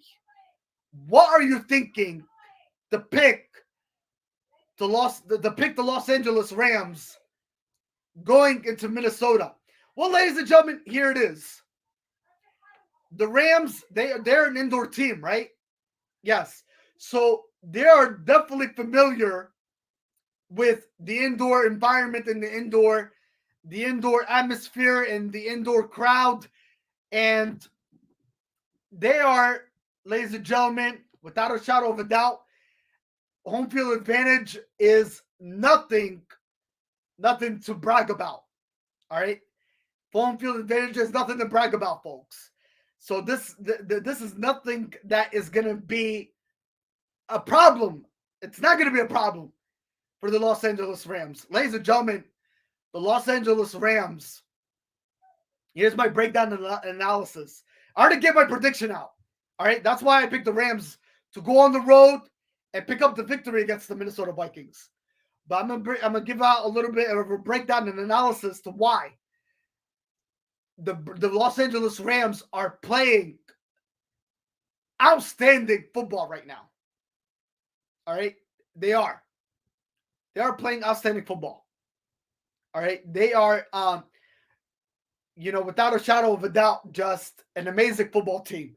And they're riding a great hot winning streak. They're putting the NFL on notice, folks. I think they could make a huge run in come playoff time. They definitely can. I'm not saying they're a Super Bowl team. I don't think they are. But they are definitely a playoff team. All right, they are definitely a playoff team. I mean, does the Los Angeles Rams have to combat? Do they have the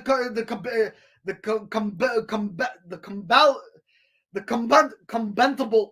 What I'm trying to get at here, the combuntable elements of the combuntable elements. Do they have that to punch their ticket to the Super Bowl? They do.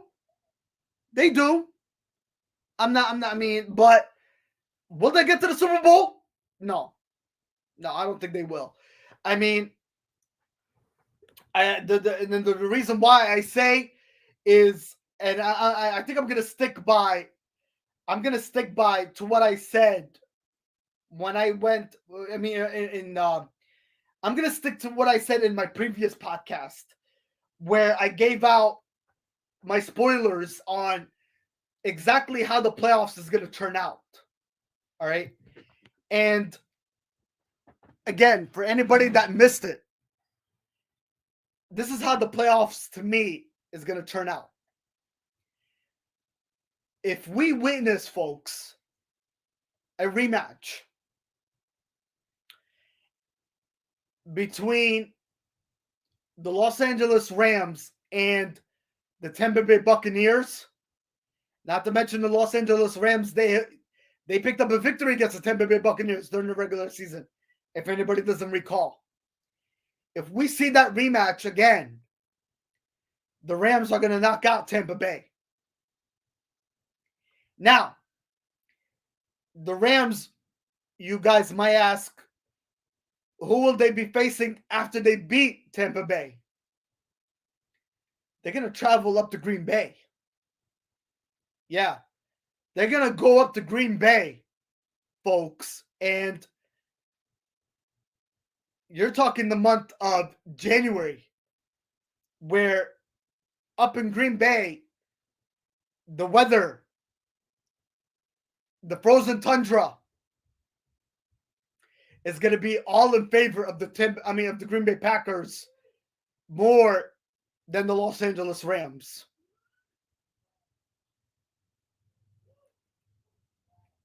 And I like Green Bay.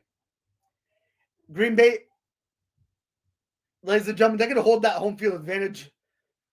They're going to hold that home field advantage on a lock and secure position. And they're gonna make it alive and well and make it recognizable. You're gonna go through Green Bay to win a Super Bowl, folks. And I don't think any team is gonna be able to do it. Not to mention this. Dallas Cowboys. I believe they have the formula to make a run. But they will not get far. They will not get far. All right.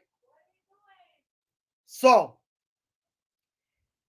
if the Dallas Cowboys, if they play whoever they play in the wild card, let's say for instance, they play the Philadelphia Eagles, or let's say they play the Washington football team.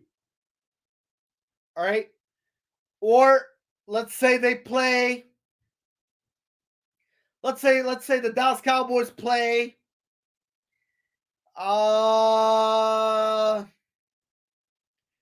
Who else is riding high in? I'm talking about the wild card. All right, well, I'm gonna get a little bit to more details in a bit here. For the wild card, let's say, I mean, who else is looking hot in the NFC right now?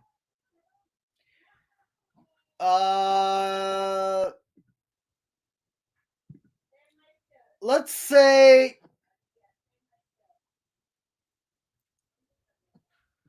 all right, let's say, hypothetically, an educated guess. Let's say Dallas plays, let's say the Vikings punch their ticket. Let's say the Saints punch their ticket. Let's say the Falcons punch their ticket. All right. Let's say the Vikings, the Saints, the Vikings, the Saints, or the Falcons punch their ticket. All right. Or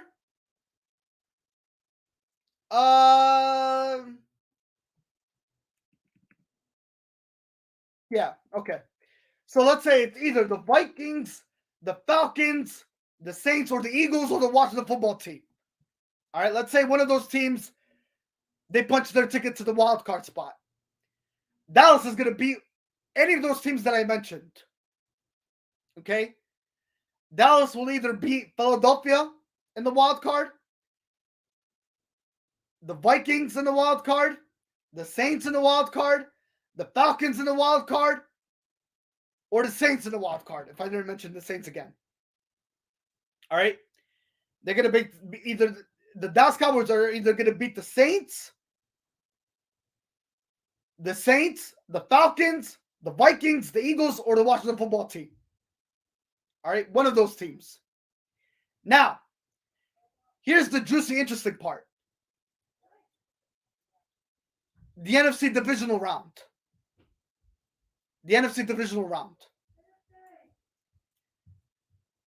They'll play the Arizona Cardinals. Okay? Whoever wins, ladies and gentlemen, whoever wins that football game will be facing in the NFC Championship the Green Bay Packers. Mark it down. Mark it down, folks. Whoever wins the NFC divisional round between the Dallas Cowboys or the Arizona Cardinals will be traveling to Green Bay. Mark my words. Mark my words. All right? One of those teams will be punching their ticket to the NFC Championship. Arizona and Dallas are not going to win in Green Bay. I'm telling you that right now. Green Bay might as well punch their ticket to the Super Bowl. They might as well. I'm telling you, folks, the Super Bowl is going to run through Green Bay. Mark my words. Mark my words. It is going to run through Green Bay. Yeah. Mark my words. All right? Now, let's say in the wild card match, Dallas plays the Tampa Bay Buccaneers. Does anybody remember back in week 1 when it was Tom Brady versus Dak Prescott to start the beginning of the regular season of the NFL? And Tom Brady beat Dak Prescott and the Dallas Cowboys and company. And what did Dak Prescott say to Tom Brady? We're going to dance again in the playoffs. We're going to see you again in the playoffs. I'm telling you right now, Dallas Cowboys will get knocked out in the wild card. If it turns out, ladies and gentlemen, to be Dallas Cowboys versus Tampa Bay, Dallas will get knocked out in the wild card. All right, Tampa Bay will beat them for the second time. All right. Now, this will be an interesting point here. Let's say in the NFC Championship, in the NFC Divisional Round, let's say it becomes the Los Angeles Rams. Let's say the Rams play the Philadelphia Eagles. Let's say the Rams play the Minnesota Vikings again in the wild card. Let's say the Los Angeles Rams play the Saints. Let's say the Los Angeles Rams play the Washington Football Team. They're going to win in the wild card. But let's say the Los Angeles Rams played the Tampa Bay Buccaneers in the NFC Divisional Round. Los Angeles will beat the Tampa Bay Buccaneers. Mark my words. Yes. The Los Angeles Rams will travel to Raymond James Stadium for the NFC Divisional Round, ladies and gentlemen. And the Los Angeles Rams will beat and knock off Tampa Bay at Raymond James Stadium. Yes, mark my words. I'm giving you guys a slew of things that might happen. And I can just see it now. This is a spoiler, folks. This is a spoiler. You're hearing it from Worldwide Sport Updates right now. Yes. I don't think you're hearing it from any podcast right now except us right now. Yeah. What's coming out of my mouth? Because I could definitely see it right in front of right in front of the tables. Like the stacks are on deck that I can see this happening. And then guess what? Come NFC Championship, mark your calendar, folks, for the year 2022. The Los Angeles Rams traveling to Green Bay for the NFC Championship. And Green Bay knocking off the Los Angeles Rams for the Green Bay Packers to punch their ticket to the Super Bowl. Folks, this is not rocket science. This is no brainer. Again, ladies and gentlemen, this is gonna be all about COVID. You know how COVID really makes an impact in sports. Also injuries. All right. And also how you're going to stay healthy and consistent. And having that not only that motivation, but having that ultimate goal. And what's that ultimate goal? It's the Vince Lombardi. It's that Vince Lombardi trophy, folks. That is the ultimate goal. All right. Again, it's going to be all about COVID, injuries, and how you stay healthy and consistent and motivated to accomplishing what needs to be accomplished, what dreams need to be achieved. Yeah, you're hearing it, guys. You're hearing it. You're hearing it. I don't think you're hearing it from any podcast except us right now. So, mark my words, folks. This is a spoiler. Yeah. So, but with that being said, this is only week 16 right now. All right.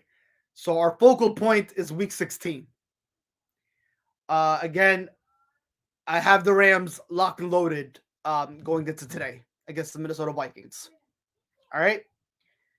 And not to mention, folks, I think the Rams are definitely well in control of taking possession of the NFC West division. Yeah.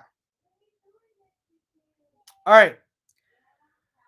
Buffalo Bills versus the New England Patriots. All right, you know what? I don't even know how or what is going to unfold or transpire in this matchup. I really don't. But ladies and gentlemen, if you do recall, the last meeting, well, the first meeting between the Buffalo Bills and the New England Patriots, they beat Buffalo on the road. The Patriots traveled to Buffalo, and they beat them 17-14. Mac Jones and Bill Belichick and everybody else. Yeah. Now, Buffalo Bills have to go on the road. They have to go to Gillette Stadium. And they have to play the New England Patriots. Speaking of the New England Patriots, folks, they are right now on a one-game losing streak after losing last week. All right. Patriots, ladies and gentlemen, last week, they lost to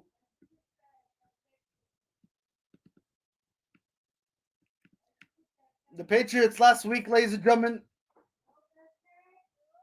They lost to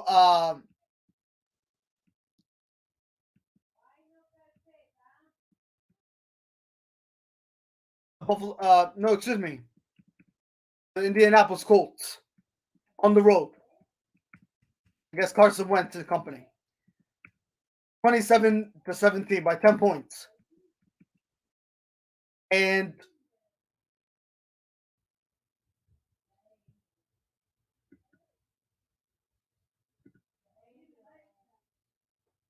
it was not a great performance by the New England Patriots. All right. It was not a good performance by the New England Patriots last week against the Indianapolis Colts and Carson Wentz. When Carson Wentz beat the New England Patriots 27-17. So, again, you got Buffalo and New England, the second meeting.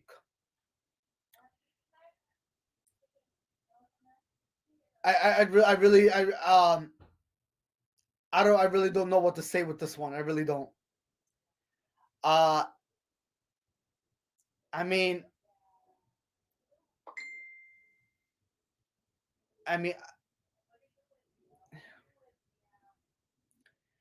does Buffalo have a chance? Can Buffalo go up to New England and do the unthinkable? That's the ultimate question. Can they? Can they do the unthinkable?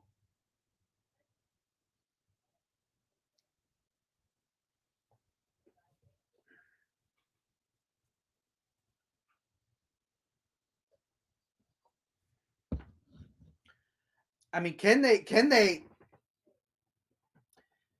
Can Buffalo go to Gillette Stadium and pick up a victory?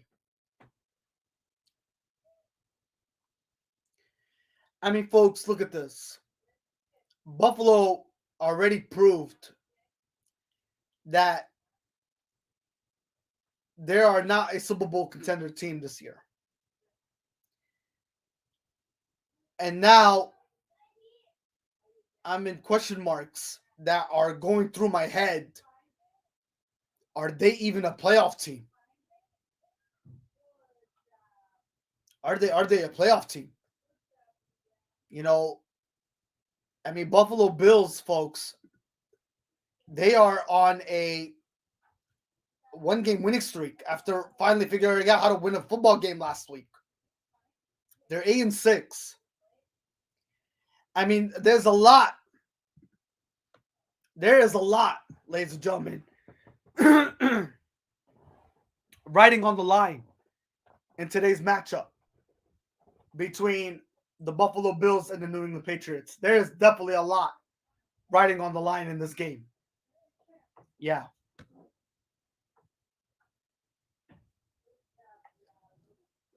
There's a lot. There's a lot riding on this game. A lot. 8-6 Buffalo versus the New England Patriots 9-5. Here is how this looks. If Buffalo could do the unthinkable and pick up a victory at Gillette Stadium on the road against New England, they are 9-6 Buffalo Bills, folks. 9-6 Buffalo Bills. The Patriots, they will fall to 9-6. And then all of a sudden it gets interesting, the AFC East. But if Buffalo loses and New England wins, New England will be sitting at 10-5, folks. Right with Tennessee Titans.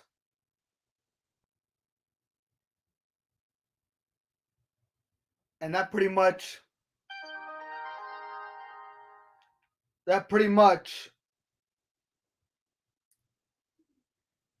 closes out the Buffalo Bills of having any shot of making a huge run. Here's my prediction. I like Buffalo with the upset this afternoon.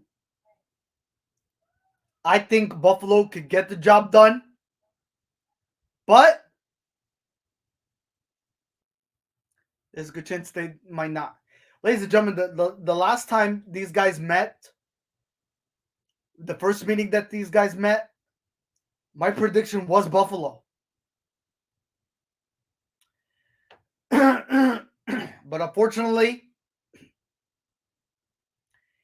New England prevailed. But I'm still riding with Buffalo. I believe Buffalo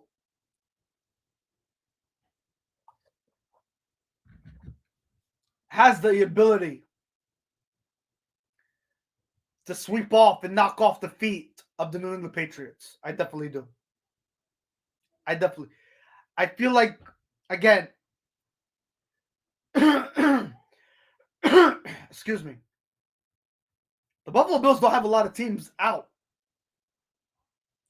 Here are the injuries for the Buffalo Bills. The only player that's questionable is defensive tackle star Lutule. Lutule is dealing with personal issues. He's out for personal reasons. But here are the Patriots. Patriots are dealing with a slew of injuries, folks. They have running back Rondamere Stevenson. He's out with an illness.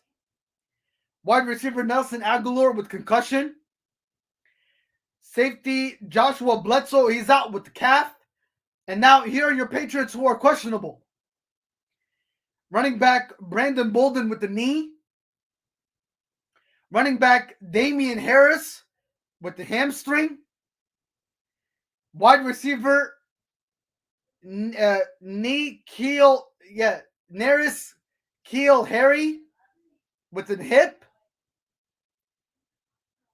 And then you have David Andrews with shoulder. Defensive tackle Christian Barrymore with the knee. Jawan Bentley with ribs and ankle. Adrian Phillips with the knee. And then Nick Folk with the left knee. Those are your Patriots who are out, who are questionable. And Buffalo Bills only have one player. Defensive tackle star Lutele, who is out with personal reasons.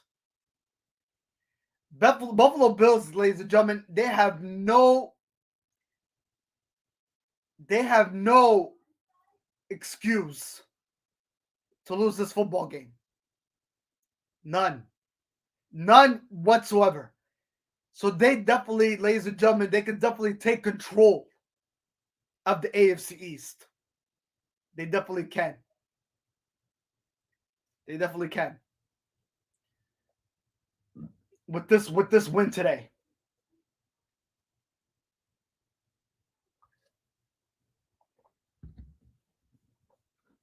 We'll see if they can get it done.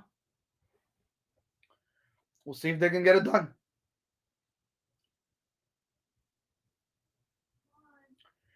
Buccaneers and Patriots. Buccaneers and Patriots. Buccaneers and Panthers. Here are the injuries of players that are out. Wide receiver Mike Evans with a hamstring. Safety Antoine Whitfield Jr. with the foot. Here are the players that are doubtful for the Tampa Bay Buccaneers. Jason Pierre-Paul with the shoulder. Here are the players that are questionable for the Tampa Bay Buccaneers. Richard Sherman with Achilles. Cornerback Jameel Dean with an illness. Here are the Panthers that are questionable for today. Wide receiver DJ Moore with a hamstring. Cameron Irving with calf. And defensive tackle Phil Hoskins with back. All right, my prediction for this football game is the Tampa Bay Buccaneers. Ladies and gentlemen, the Panthers. Yeah, the Panthers are the Panthers, folks. The Panthers are the Panthers. Not to mention, ladies and gentlemen, the Panthers, they are on a 4-game losing streak. All right? Talk about a team, folks. Talk about a team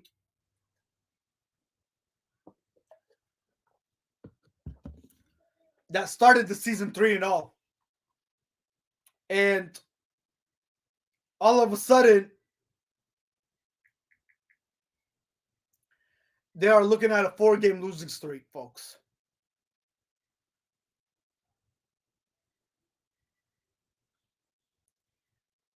Yeah. 4-game losing streak. And they don't know how to win a football game. again, I do like Tampa Bay, and again, Tampa Bay Buccaneers and Tom Brady and Bruce Arians, they will prevail, and they'll beat the Panthers this afternoon. So that's my prediction. Again, there's not really much to say, folks. I mean, Cam Newton, ever since he was a new acquisition member to the Carolina Panthers, they picked up that victory against the Arizona Cardinals when Cam Newton made his debut. But then all of a sudden, folks, they've been under the barrel. They've been under the barrel. They've been under radar. They've been low visibility. And the Panthers don't know how to win a football game. All right. They've been just out of the situation pretty much. And I think it'll continue. I think it will continue. So I like Tampa Bay Buccaneers this afternoon against the Carolina Panthers. All right. And I think that should be an easy win for Tampa Bay. Not to mention, again, they came off last week against the New Orleans Saints and a loss. I think that was a Sunday game. I think it was a Sunday afternoon game last week. I don't think it was a Sunday night game. So I mean, if you think about it here, folks, last week, I mean, actually, it was a Sunday night game. Actually, no, I'm sorry. Yeah, it was a Sunday night game. Yes, it was. It was Sunday night. It was Sunday night football under the lights, folks. Again, Tom Brady was frustrated, and they lost to the Saints 9-0, folks. And the Saints, folks, they are 7-7, and they're knocking on the door for a shot at the playoffs. And they carry a 2-0 undefeated record against the Tampa Bay Buccaneers. Excuse me. So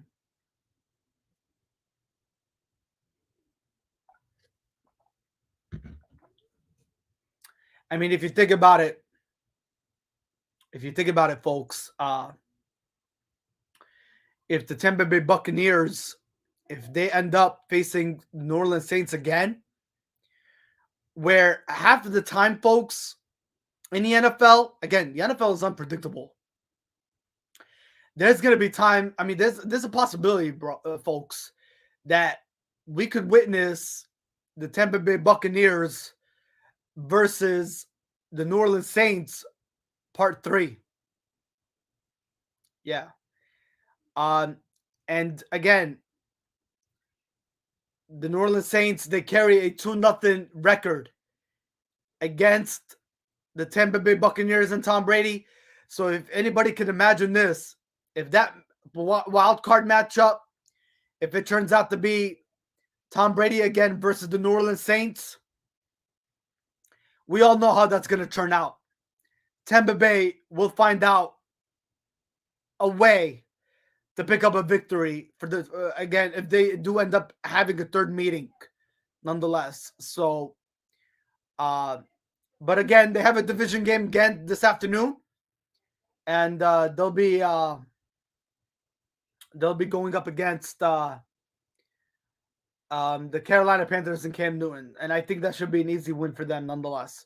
But folks, if you think about this, if it turns out where, I mean, half of the times, folks, we do witness where it could be again, we do not know how that Philadelphia Eagles game versus the New York Giants game is going to turn out this afternoon. There's a good opportunity that the Philadelphia Eagles might lose that game, and they might lose to the New York Giants second time in a row. So if it does turn out to be like that, not only will the Philadelphia Eagles playoff window, get shut down, And the New Orleans Saints, if they pick up their victory, we're gonna get to the Saints a little bit here in a couple minutes. If they figure out how to win a football game, yeah, again, we could witness possibly part 3 here between the New Orleans Saints and the Tampa Bay Buccaneers again for the third time, this season. So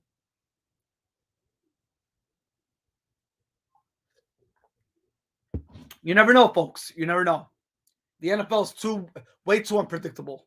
Way too unpredictable. Sometimes it can be very predictable. Sometimes it can be very predictable, but at the same time, it can be very unpredictable. All right. So I do have the Tampa Bay Buccaneers edging out against the Carolina Panthers this afternoon. Jacksonville Jaguars and the New York Football Jets. This is easy peasy win, folks. This again, you know what? You're talking about two teams here who pretty much have nothing but to play for except possibly going after a first round pick in the NFL draft. Yeah. These two teams have nothing to play for.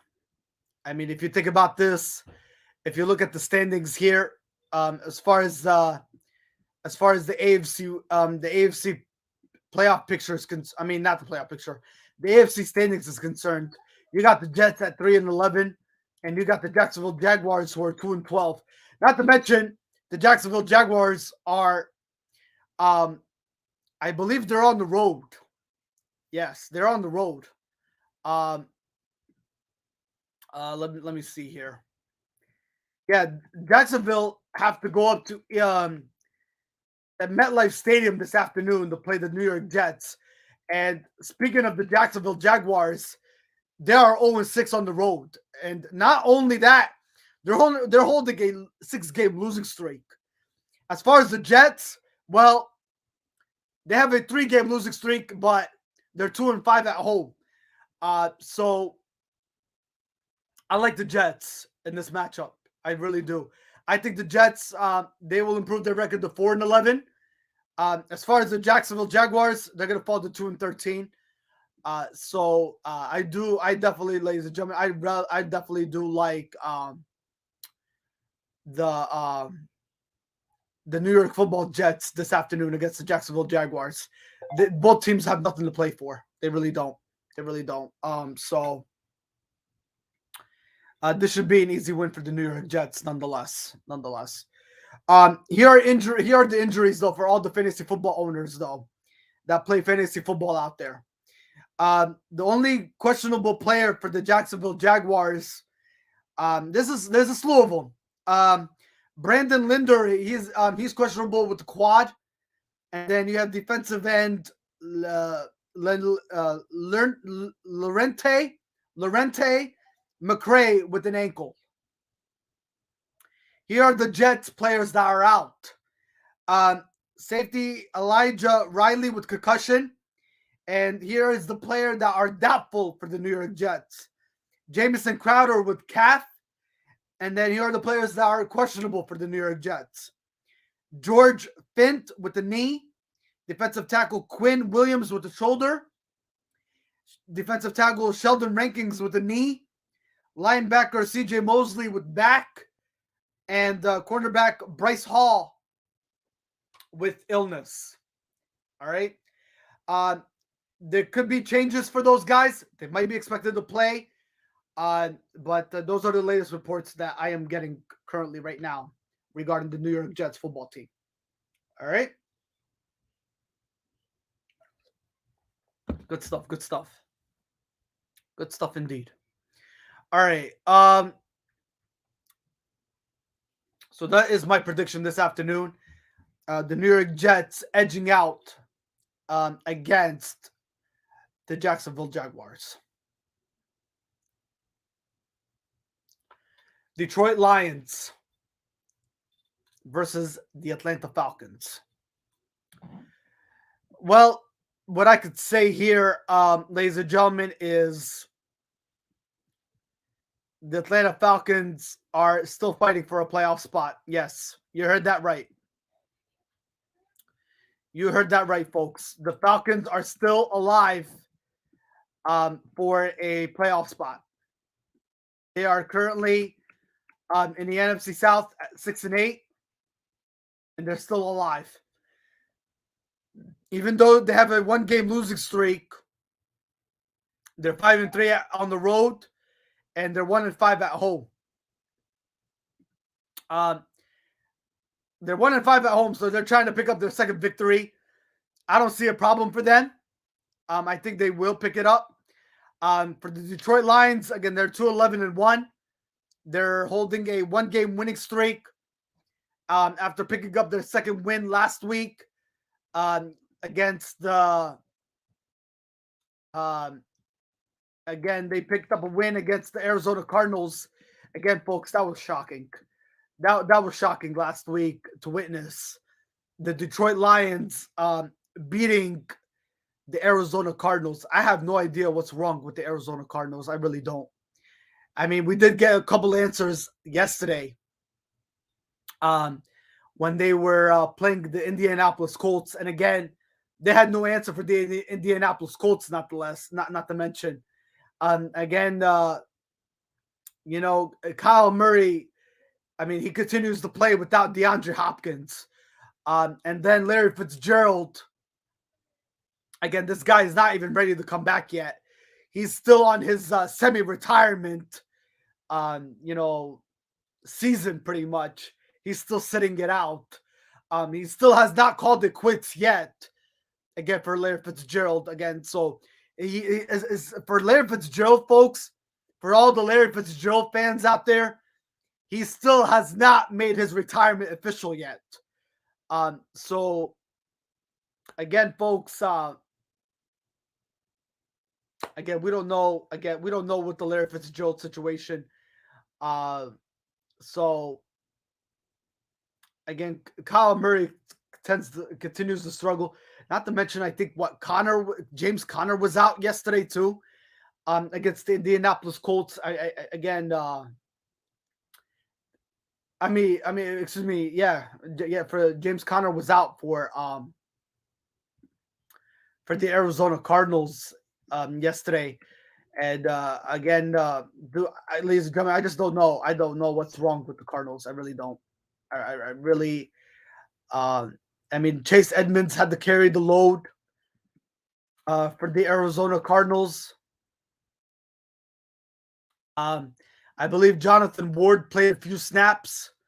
Yeah, Jonathan Ward played a few snaps. Jonathan Ward played, got a couple snaps. I think one carry, 3 yards on the ground. Chase Edmonds did post one touchdown. He had 56 yards on the ground and 16 carries. But again, it wasn't enough. It was not enough, folks, for the Arizona Cardinals. I just don't know what's wrong with this football team. I really don't. I really do not. So there are the Arizona Cardinals again in the NFC. They are on a 3-game losing streak. So I don't know. I really don't. I mean, it's the way the cookie crumbles, pretty much, right? But they traveled today against the Atlanta Falcons. I like Atlanta. I think Atlanta will try to pick up their second victory at home, even though Matt Ryan has struggled at home a lot this season. I believe they'll definitely try to figure out how to pick up a victory against the Detroit Lions this afternoon. So again, here are the injuries to go over. Again, the Atlanta Falcons don't really have much on their active roster. Wide receiver Todd Sharp. Todd Sharp. He's doubtful with the foot. As far as the Lions, the Detroit Lions are all over the place. Linebacker Josh Woods is out with a neck. Cornerback Amani Awari, he's out with a thumb injury. And then here are the players that are questionable for your Sunday for the Detroit Lions. Running back DeAndre Swift with the shoulder. Wide receiver Josh Reynolds with the thigh. Wide receiver Khalif Raymond with the shoulder. Guard Jonah Jackson with back. Defensive end Michael Brockers with the knee. Linebacker Julian Okora with an ankle. And then you got linebacker Jalen Reeves Mabin with the shoulder. Those are your players that are out, folks, for your Sunday for the Detroit Lions. Detroit Lions have a slew of injuries, folks. So even though with a banged up football team, they still managed to know how to pick up a victory last week against the Arizona Cardinals, beating them 30-12. Crazy stuff, folks. Crazy stuff. I don't know how the Detroit Lions did it. That was the all game of all games. That was an upset in my eyes. To be honest with you, I don't think nobody saw it coming. Nobody did. But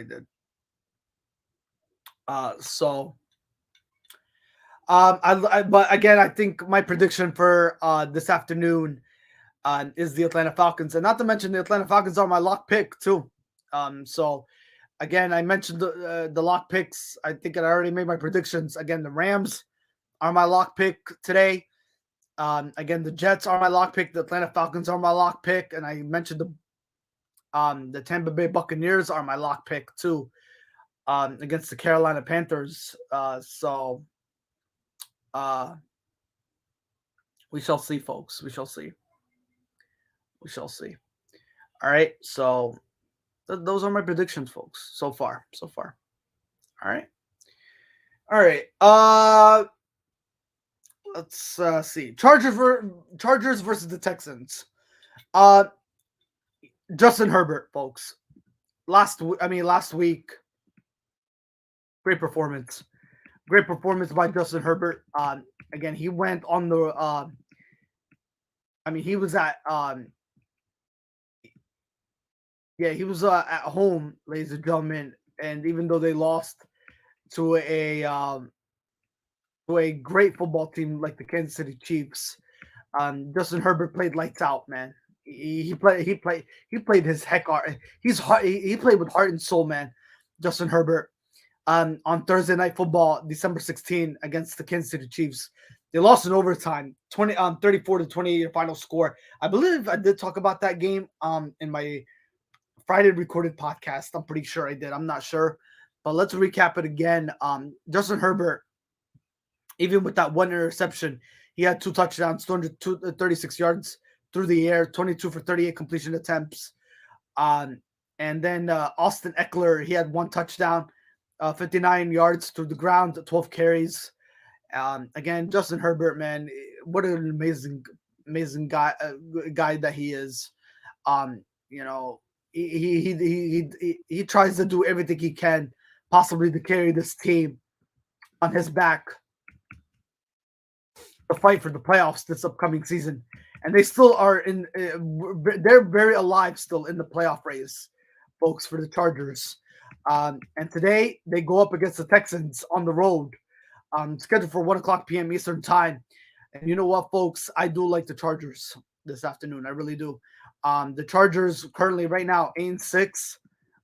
They're going up against the Houston football team, who are nothing but out of the playoffs. They're 3-11. They're holding a 1-game winning streak, though. They won last week. But the Houston Texans, they will definitely lose today. Chargers are going to have a great performance. So they will be right behind and knocking on the door against along with the Kansas City Chiefs. So I think the Chargers will improve their record to 9-6. And they will snap that 1-game losing streak.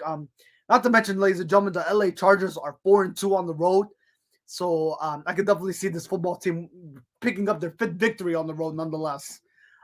So Chargers, ladies and gentlemen, are knocking on the doorstep, and they're definitely alive for a playoff position come January. Justin Herbert, man, I mean, this guy is a heck of a quarterback.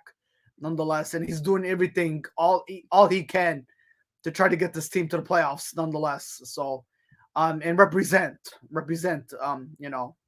when where the his credit really needs to be due for, nonetheless. So I do like the Chargers matchup against the Texans this afternoon. So awesome stuff there. They'll improve to 9-6 and they'll pick up their 5th victory on the road. Not to mention. All right, here are some injuries. Not a whole lot. Here are the players that are out for the Chargers. Tight end Donald Perryman, he's out with the concussion. The player that is questionable for the Chargers is Darren James with a hamstring injury. For the Texans, quarterback Deshaun Watson, not injury related. And the questionable player for the Texans, running back David Johnson with quad. All right, so awesome stuff indeed. All right, good. Ravens versus the Bengals, folks. Well, we remember the last meeting between the Baltimore Ravens and the Cincinnati Bengals. Last time those two teams met was on October 24, 2021. The last time the Baltimore Ravens and the Bengals met, the last time the Baltimore Ravens and the Bengals met, folks, was on October 24, 2021, where the Bengals outshined the Baltimore Ravens 41-17. This time, the second meeting, I could definitely see Baltimore Ravens edging out a win here. So I do like Baltimore this afternoon. I think we'll see how things go. From what I've been hearing, folks, Lamar Jackson is questionable, but I think he's expected to start. I think he is. I think he is slanted to play. I'm not sure if he can go, he can go. I think according to Mr. Harbaugh, if Lamar Jackson can go, he can go. He'll be on active roster. So we'll see. We'll see if he is. If he, ladies and gentlemen, if Lamar Jackson is not expected to start, it will be Huntley taking over this afternoon for the Baltimore Ravens. And Huntley, ladies and gentlemen, I believe he had a great performance last week. He definitely did. Huntley, ladies and gentlemen, is currently they're riding I believe they're riding a hot winning streak right now. Well, despite the loss last week against the Green Bay Packers. And well, actually they're riding, never mind. They're riding the Baltimore Ravens are riding a three-game losing streak. The last time the Baltimore Ravens won was against the Cleveland Browns, dating back to November 28, 2021. Again, Huntley, ladies and gentlemen, I mean, he did have a good performance against Green Bay, though. He definitely did. I'm not going to take anything away from Huntley. Huntley, ladies and gentlemen, let's pull up his stats real quick. Tyler Huntley, he had 2 touchdowns and 2 interceptions against the Green Bay Packers last week. 250 passing yards and 28 for 40 completion attempts. Great performance, nonetheless. Excuse me. Devontae Freeman last week against the Green Bay Packers, he had 22 yards on the ground, 6 carries, and Latavius Murray, the dynamic duos in the backfield position. Latavius Murray has 7 carries and 48 yards on the ground, but none of them posted touchdowns. It was all about Huntley and Mark Andrews. Those were your dynamic duos against the Green Bay Packers last week. And they almost had that comeback, folks. They gave Green Bay Packers a run for their money last week. Even though Green Bay edged out the victory 31-20. 31-30 your final. Tyler Huntley and Mark Andrews had a great performance. Mark Andrews, your tight end, for the Baltimore Ravens, folks. The guy who's coming out of University of Oklahoma, and not to mention the Desert Mountain High School. He's a graduate of Desert Mountain High School and the University of Oklahoma. Mark Andrews, 10 receptions, 136 yards. He posted 2 touchdowns, folks, against this Green Bay Packers defense. So he did an awesome job, and along Tyler Huntley. So if Tyler Huntley goes this afternoon against the Cincinnati Bengals, I could see a very great performance by Tyler Huntley, folks. I think he's going to be shocking the Cincinnati Bengals football team. But if Lamar Jackson could go, he could go, folks, according to Mr. Harbaugh. If he could go, he could go. So I like Baltimore. Let's see what Baltimore could do this afternoon against the Cincinnati Bengals. And we'll see if they can prevail. Again, look at the standings here. Right now, Baltimore Ravens, this is a must-win for them. They're on an 11-game losing streak, folks. And not to mention, they're at home today. No, they're on the road. I'm sorry. They're on the road today against the Bengals. Last time they lost to the Bengals was at home. But they're on the road, and their road record for the Baltimore Ravens, it is looking at right now 3-4. So they need to pick up their 4th victory on the road, and they need to stop that 11-game losing streak. They're 8-6, Baltimore Ravens.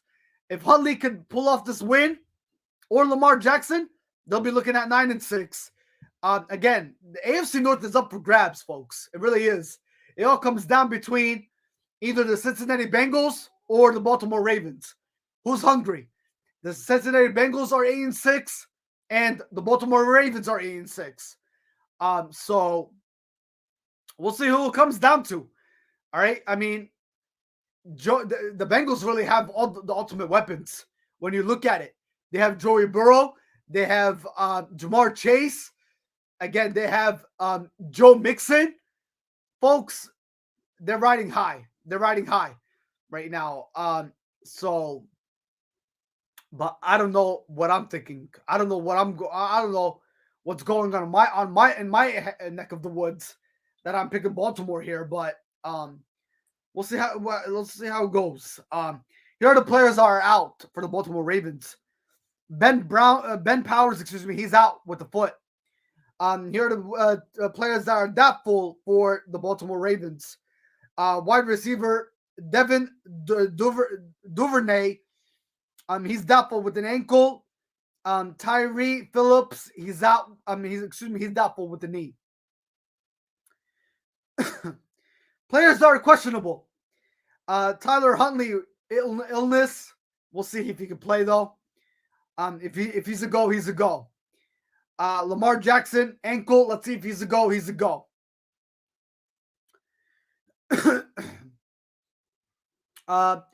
Fullback Patrick Richard with the knee. Patrick McCary with the hand. Defensive end Calais Campbell with the thigh. Linebacker Odafe Awa with an illness. And safety Brandon Stephans with illness. So we'll see if they can go. We'll see if they can go and get those some of those players back going into your Sunday. All right, here are the players, that are out for the Bengals. Linebacker Logan Wilson, he is out with the shoulder. And then the Bengals questionable are Hakeem Edinjay with an ankle, Fred Johnson with an illness, and defensive end Khalid Kareem with concussion protocols. All right. So we'll see how it goes, folks. We'll see how it goes this afternoon between the Bengals and the Baltimore Ravens. Again, I like the Baltimore Ravens. The only way I like the Baltimore Ravens, folks, if Lamar Jackson or Tyler Huntley, if they are a go. If not, then Bengals have this game lock and loaded nonetheless. Again, you talk about you talk about Jamar Chase, Joe Mixon, and Joey Burrow, folks. Those are and Tyler Boyd, not to mention, folks. Those are going to be your playmakers for the Bengals this afternoon, and the Bengals have a lot of weapons, folks. To get this to get the NFL on notice, to put the NFL on notice, pretty much. So we'll see how it turns out. All right. And thank God the Ravens or the Bengals are not my lock picks. Again, those could go either way, folks. It really can. It's anybody's ball game. And I mentioned everybody to you that are listening at wherever you are, around the country, at home. Again, the AFC North is hot and hungry, and it's up for grabs. So it's for the taking. It's for the taking. It's going to come down to either Baltimore or the Bengals, folks, this afternoon for your Sunday. So we'll see. We'll see how it goes, nonetheless. All right, you got the Chicago Bears versus the Seattle Seahawks this afternoon, folks, as well. That game is scheduled for 4:05 p.m. And ladies and gentlemen, the Seahawks, well, Russell Wilson and the Seahawks are having a tough season this year, folks. And again, they're on a one-game losing streak. They're 5-9. They're pretty much they're out of the playoff picture. There's no ifs, ands, or buts. There is no ifs, ands, or buts about it for the Seattle Seahawks. And ladies and gentlemen, for the first time in Russell Wilson's football career, the Seattle Seahawks are out of the playoff picture. Can you believe it? Can you believe it, folks? This kind of tells you, folks, that the relationship, it gives me goosebumps.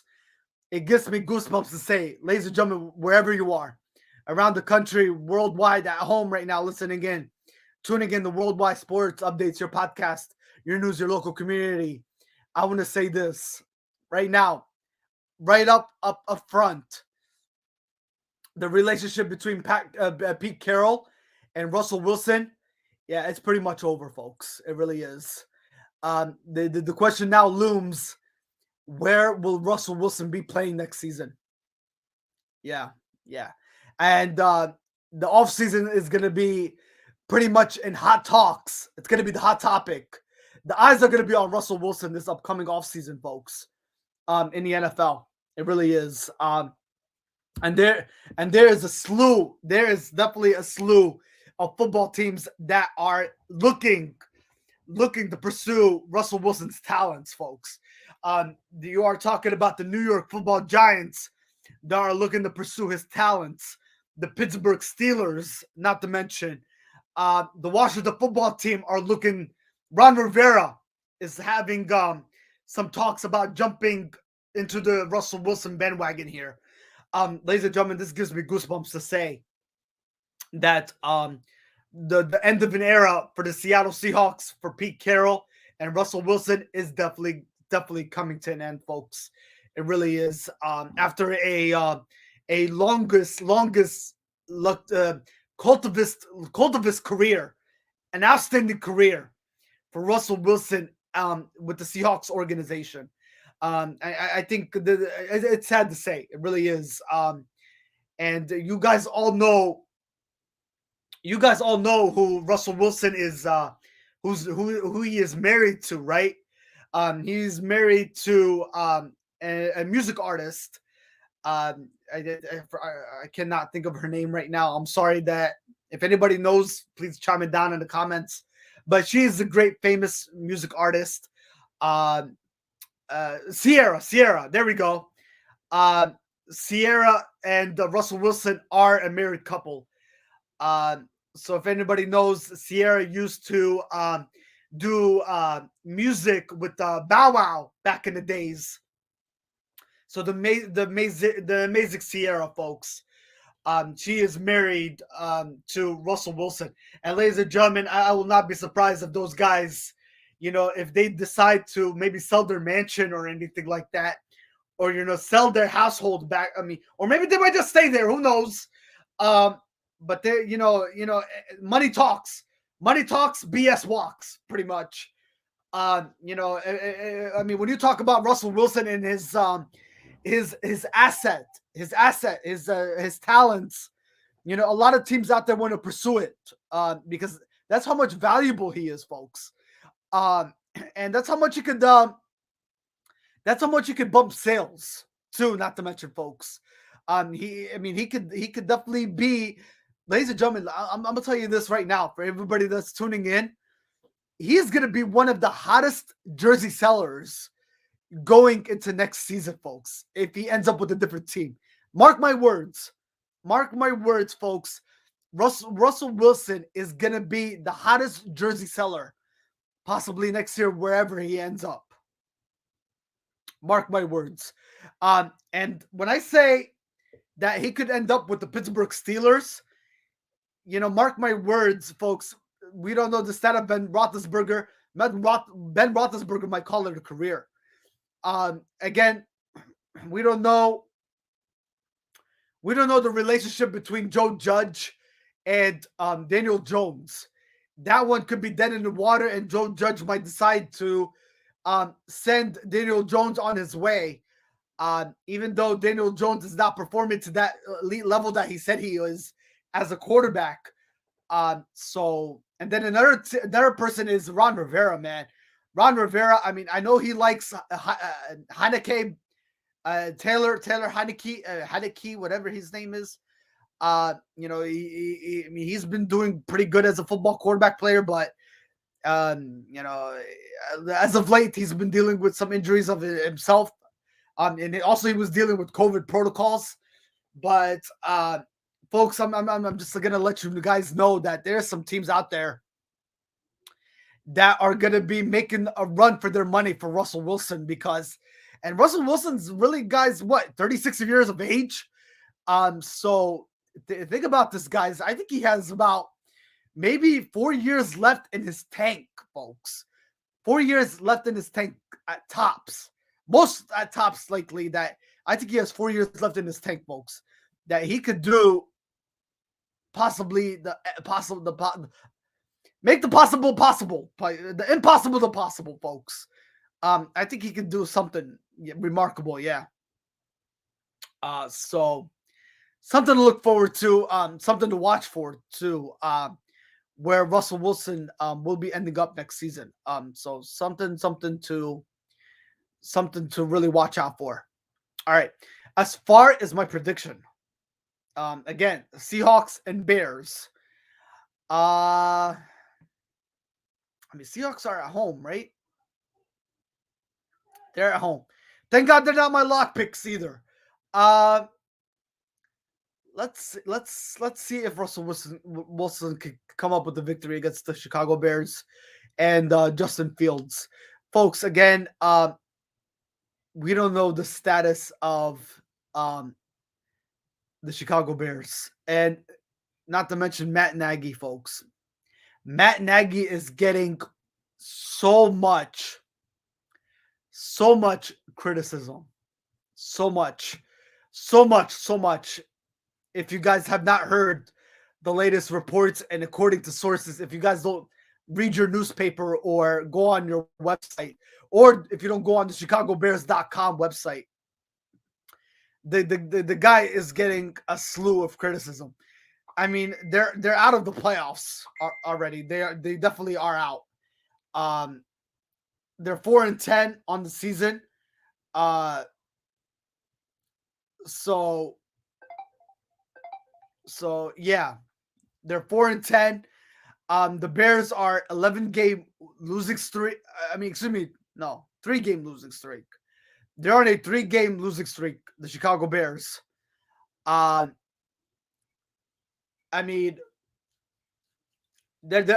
of the playoffs, folks. The Chicago Bears, they are out. So at this point,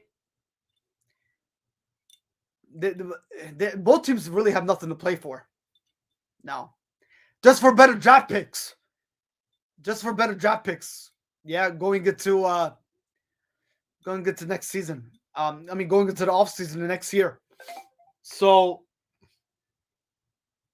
with that being said,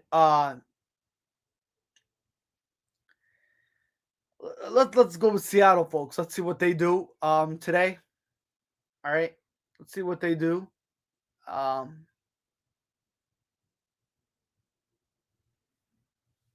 yeah, we'll see what they do. All right, we'll see what they do.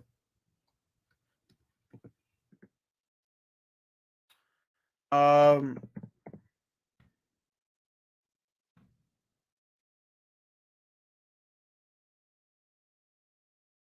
all right, we'll see. Yeah, we'll see what they do, folks. I like Seattle. I mean, Seattle's at home. Let's see if anybody out there are asking me what their record is at home. They're currently 2-4 on this at home. They're 3-5 on the road, and they're trying to snap their one-game losing streak. So again, none of these both of these teams have nothing to play for except better draft picks and improving their organization. Yeah. So we'll see what's gonna happen with that football team later this afternoon. All right. So I like Seattle. Oh yeah, injuries. Here are the injuries for the Seattle Seahawks and the Chicago Bears. Um, Seattle Seahawks, the player that is out will be John Redigan. He's out with the knee. Questionable is cornerback Blessu and Austin. He's out with the hip. I mean, excuse me, questionable with the hip. Here are the Bears. Speaking of the Bears, Nick Foles is expected to start, ladies and gentlemen. Yes. Andy Dalton is out with a left hand groin. Also, Justin Fields is also not expected to start either. He's questionable with an ankle, so he will not be going also. Wide receiver, Jakeem Grant Sr. with concussion. Jason Peters with an ankle. And defensive back, Xavier Crawford with concussion. Again, questionable players are wide receiver Marquise Goodwin with the foot and defensive tackle Eddie Goldman with the finger. All right, so that is pretty much your analysis and breakdown and injuries there. All right, good.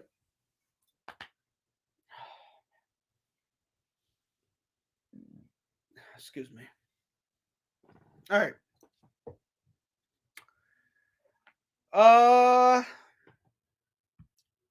Steelers versus the Patriots. Oh, excuse me. Steelers versus the Kansas City Chiefs. Kansas City Chiefs are healthy. They have everybody. Awesome stuff. Pittsburgh, here are the players that are out. Tight end Pat Fairmouth with concussion. Chris Wormley is out with the groin. Buddy Johnson with the foot. Presley Harvin, the third. Personal reasons. All right, my prediction. Ladies and gentlemen, the Kansas City Chiefs, they are the hottest compadre. The hottest compadre team out there right now. 7-game winning streak. Phenomenal. I mean, ladies and gentlemen, the question out there for all the Kansas City Chiefs fans, are they peaking at the right time? Yeah, that's what everybody wants to know. Are they peaking at the right time? Are they peaking where they are possibly a dangerous team? I mean, folks, this is a no-brainer. We all know that the Kansas City Chiefs are a great home field advantage team come playoff time. And the reason why is because of the home crowd and the weather.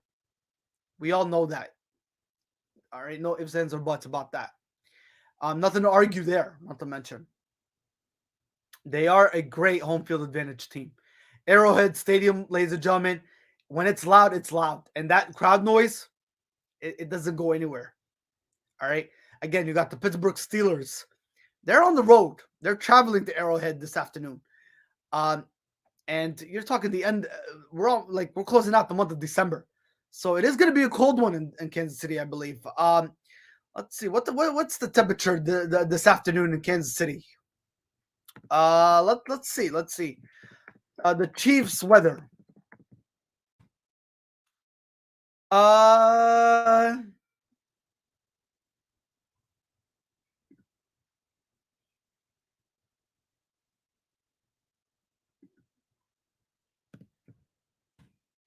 Let's see. Currently in Kansas City, it's 46 degrees. So you're going to be looking at 46-degree weather this afternoon. I mean, the game is scheduled for 4:25. So by the time the nighttime rolls around, the evening rolls around, temperatures are going to dip down to maybe upper 30s. Yeah, the upper 30s. All right. So it's going to go down to the upper 30s by the time the evening rolls around. So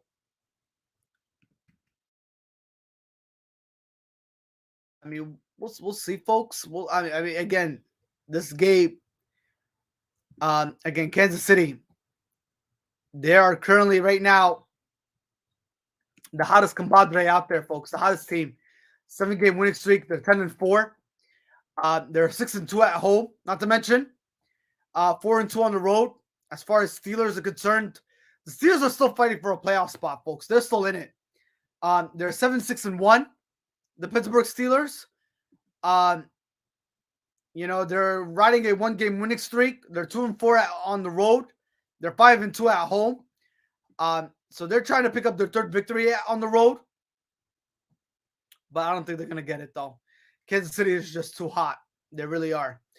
I like Kansas City in that one. And they are definitely my lock picks this afternoon, ladies and gentlemen. Again, Patrick Mahomes is just doing this. Ladies and gentlemen, he's doing this thing, folks. He definitely is. So, I mean, Kansas City, I don't see them losing this game against Pittsburgh. I really don't. The Pittsburgh Steelers will fall to 7-1. Again, they're still in the playoff hunt. All right, Pittsburgh. But I feel like Kansas City, folks, and look at, they're coming back healthy and strong. That all of a sudden, folks, that defense for the Kansas City Chiefs, man, is just showing up at the right time, at the right place, at the right time. Damn, excuse my language. They're showing up at the right time, at the right place, at the right time, folks. That is scary. Closing out the month of December, going into January. That is scary stuff. That is scary stuff. Yeah. As far as Patrick Mahomes, folks, I mean, folks, he admits he has a lot of work to do. I mean, he knows as a human being that he is, that he's not playing to that quarterback player that he was last year. And he still has a lot to fix. But folks, I mean, that defense is carrying the load for him right now. Yeah, that defense is carrying everything for him right now with all they have, with all they got. It is a scary situation right now. It is a scary situation. If I was any football team right now, I would not want to face the Kansas City Chiefs. I mean, they're just that red hot right now, and they're that damn good, folks. They really are. They are that really. They're the hottest compadre team out there right now. Sitting at 7-1. They're the hottest team out there, folks. There's no ifs, ands, or buts. There is no ifs, ands, or buts about it. They're just they're putting the NFL on notice for sure. All right, so I do like Kansas City, folks, this afternoon, nonetheless. All right, let's see.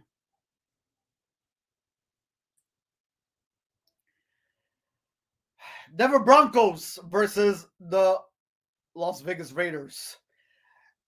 Quarterback Teddy Bridgewater is out with the concussion.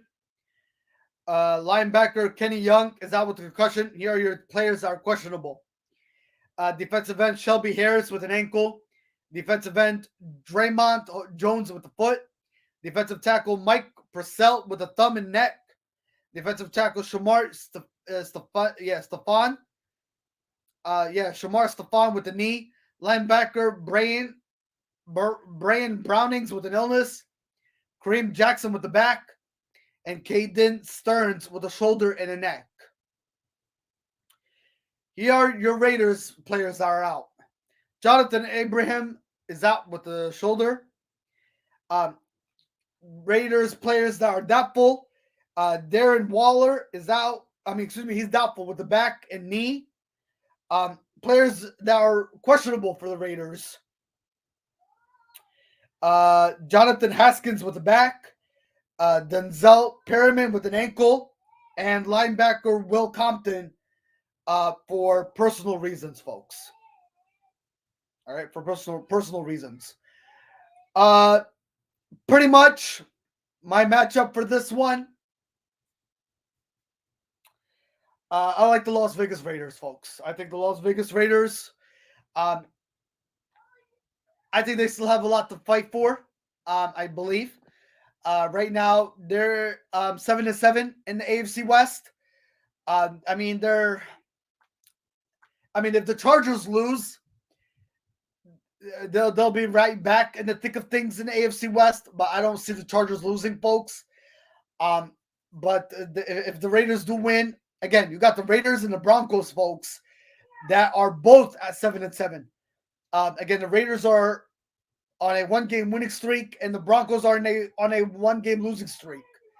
One of those teams are going to go 7-8, and one of them are going to go 8-7. So again, I see the Chargers.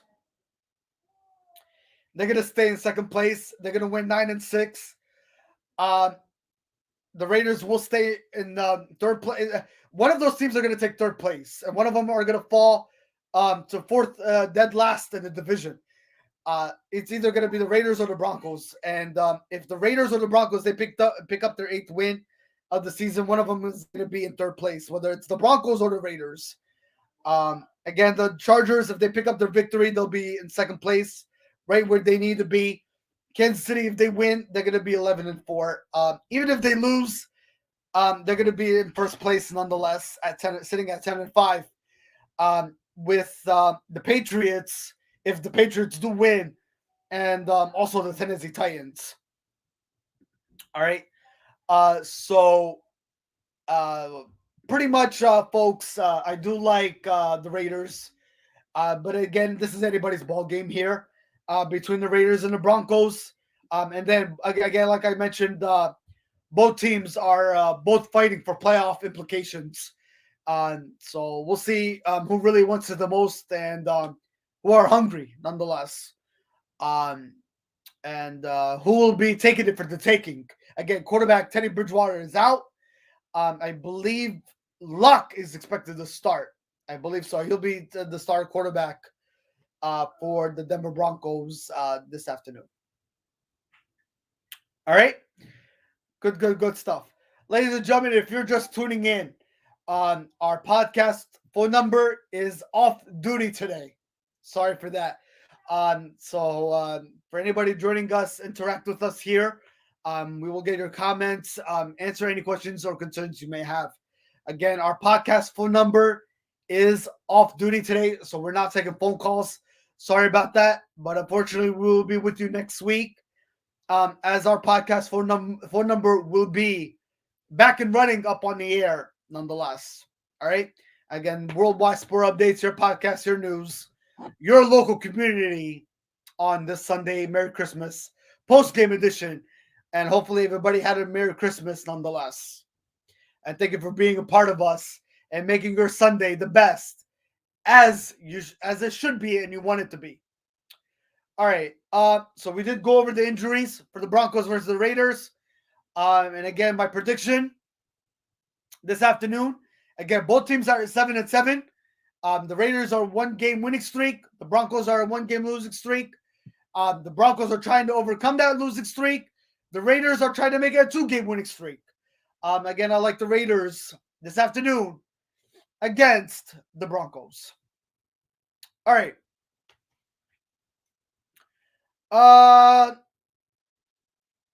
Tonight's game. Washington football team and the Dallas Cowboys. Under the lights. Sunday Night Football. Yes. Sunday Night Football, folks. Sunday Night Football. You have the Washington football team and the Dallas Cowboys. Folks, I'm not trying to be funny here. I'm not trying to be funny. Not at all. But I'm hoping that I am on the same page with everybody that is tuning in and listening to this right now. I am hoping that we are all on the same page of what we are witnessing and what transpired, ladies and gentlemen, between the Washington football team and the Dallas Cowboys. So, if you all recall,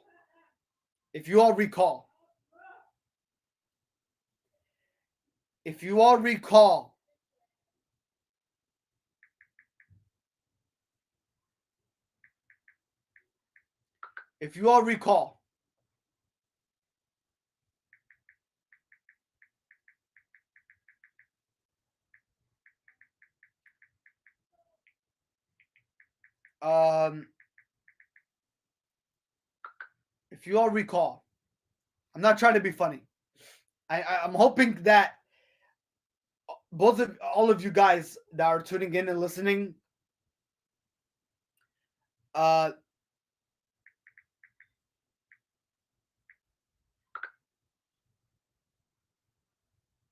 if you are all listening right now, the last meeting between the Washington football team and the Dallas Cowboys, the last time the Dallas Cowboys and Washington football team met was at Washington.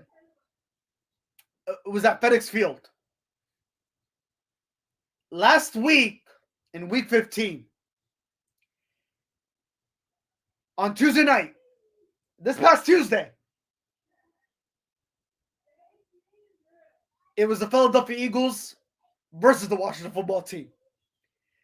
The Philadelphia Eagles, they won that game to make it a 7-7 regular season victory record. Ladies and gentlemen, what on God's green earth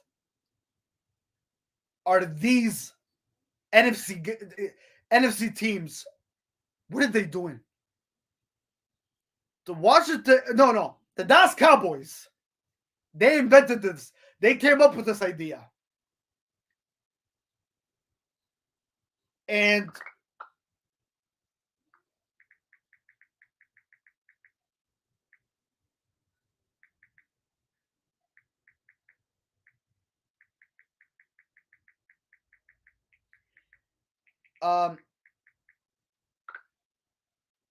okay, again, I'm not trying to be funny. All right? But hopefully all of us are on the same page. Last time the Washington football team and Dallas Cowboys met was at FedEx Field.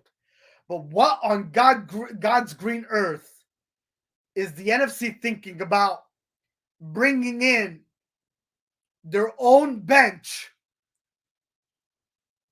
to road games?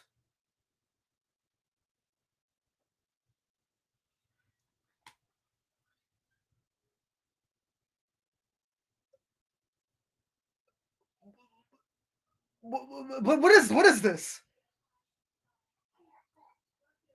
I'm not trying to be funny. I'm not trying to be a funny guy right now. I'm not trying to be a funny guy right now. I'm hoping everybody saw what I saw last week. And you know what? The Washington football team did the same thing the Dallas Cowboys did. The Dallas Cowboys took their own little white bench and they put it on their own sideline and they beat the Washington football team at FedEx Field. The Washington football team, folks, they did the same thing. But, of course, it didn't work in their favor. They did the same thing to the Philadelphia Eagles. They took their bench and they put it on their sideline at Lincoln Financial Field last week. And what happened? Wah, wah, wah. Enough with the benches. Enough with the benches. I'm not trying to be funny here. You think the benches are going to make you help win a football game? Please tell me the Washington football team is not getting their own bench tonight against the Dallas Cowboys when they play Sunday night. For crying out loud, I picked Dallas to win tonight. Just to give you a heads up. All right, I picked Dallas to win tonight. All right, Dallas will win and they will improve to 11-4. All right, I'm just giving you guys a heads up. Okay. With that being said, Dallas, again, they're riding a 3-game winning streak.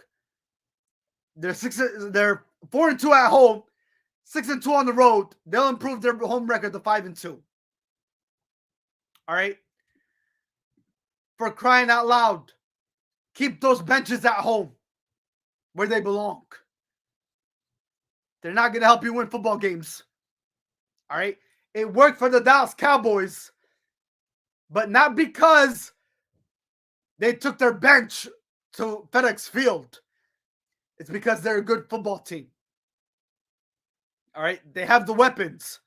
Trayvon Diggs, the most interception playmaker that you could see alive today, that is making history for the Dallas Cowboys defense. I'm not trying to be funny here.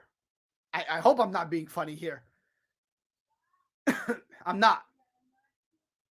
All right. I'm just trying to state the facts. Please keep those benches at home. All right, please.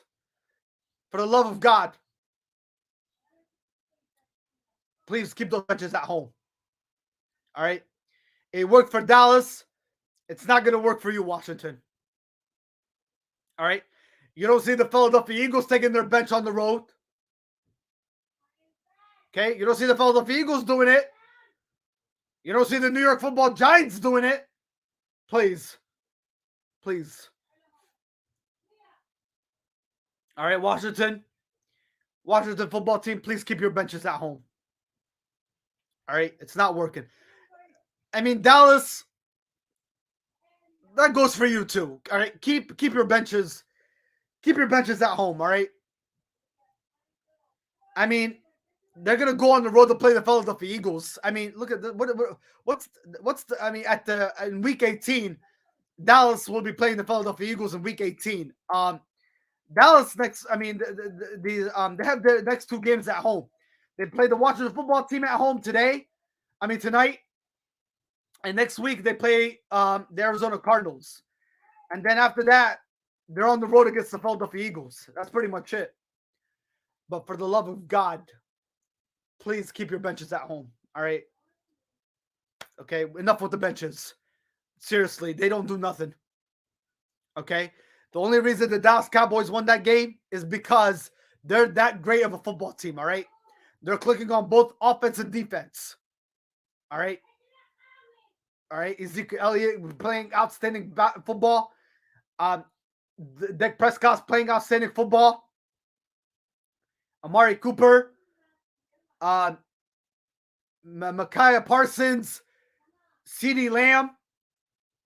All right. Keep the benches at home, please. All right, for the love of God, keep them. All right, we don't need those benches. All right, you guys made your point. You proved your point. I don't know what the heck Washington was thinking, yo. I really don't. I don't know. Enough with the benches, though. Enough with the benches. Um, that is my prediction going into tonight's game. The Dallas Cowboys will beat the Washington football team. All right. As far as injuries are concerned,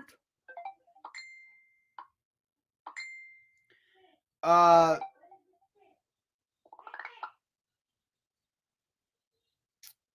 um,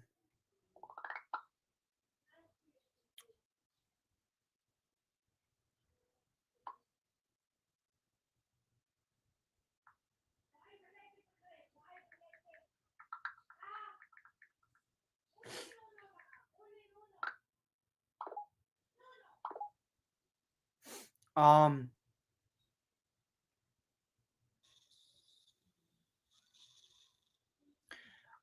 all right. What was I saying? All right. Again, enough with the benches. All right, for the love of God, enough with the benches. All right. Okay. All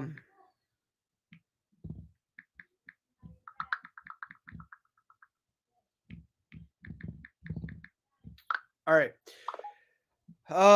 Injuries. For the Cowboys, uh, not a whole lot. Tyron Smith, ankle, he's out, and Israel Makuma with an illness, he's out. For the Washington football team, defensive end Daniel Wise is out with the knee. Cornerback William Jackson III, he's out with the calf. Landon Collins out with the foot. And the Shazer Everett, not injury related. He could be out for personal reasons. Questionable players for the Washington football team. Running back Antonio Gibson with a toe. Wide receiver Curtis Samuel with the hamstring. All right. So again, for the love of God, all right, enough with the benches. All right, keep those benches at home and just play regular football like everybody expects you to play regular football. Again, those benches don't do nothing for you. All right, Washington, you took your bench to Philadelphia Lincoln Financial Field last week. I'm surprised the Philadelphia Eagles didn't disrespect that bench of yours. But it worked for Dallas. It did not work for you. Again, you're on the road today, going to Dallas. Keep them at home. All right, for the love of God, keep them at home. They don't do nothing. They don't do nothing. All right. So um, just leave them at home. Again, all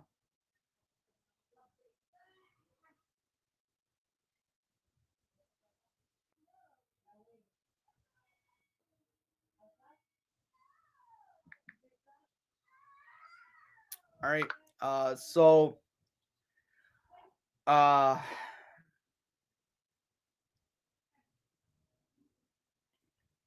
just yeah, leave the benches at home, please. Leave the benches at home. All right.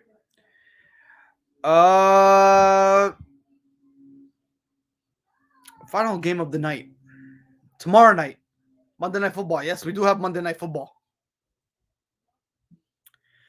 Uh the Dolphins versus the New Orleans Saints.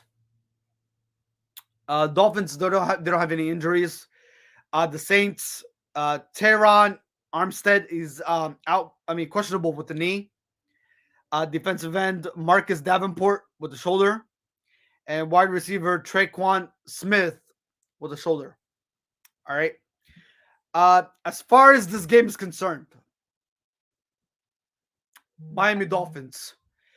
Miami Dolphin fans, you have to be impressed with how your season has taken a run for its money, has taken a run for its toll. I am shocked by this Miami football team. Ladies and gentlemen, if anybody recalls, the Miami football team, the Miami Dolphins, they were 3-7, folks. They were 3-7. If anybody recalls. Where are my Miami Dolphin fans at? I'm gonna tag these Miami Dolphin fans right now. I'm gonna tag my Miami Dolphin fans.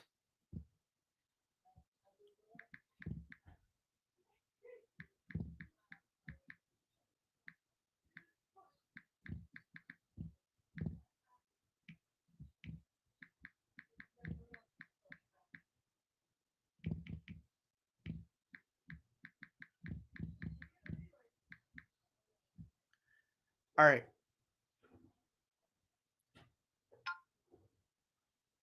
They were 3-7, folks.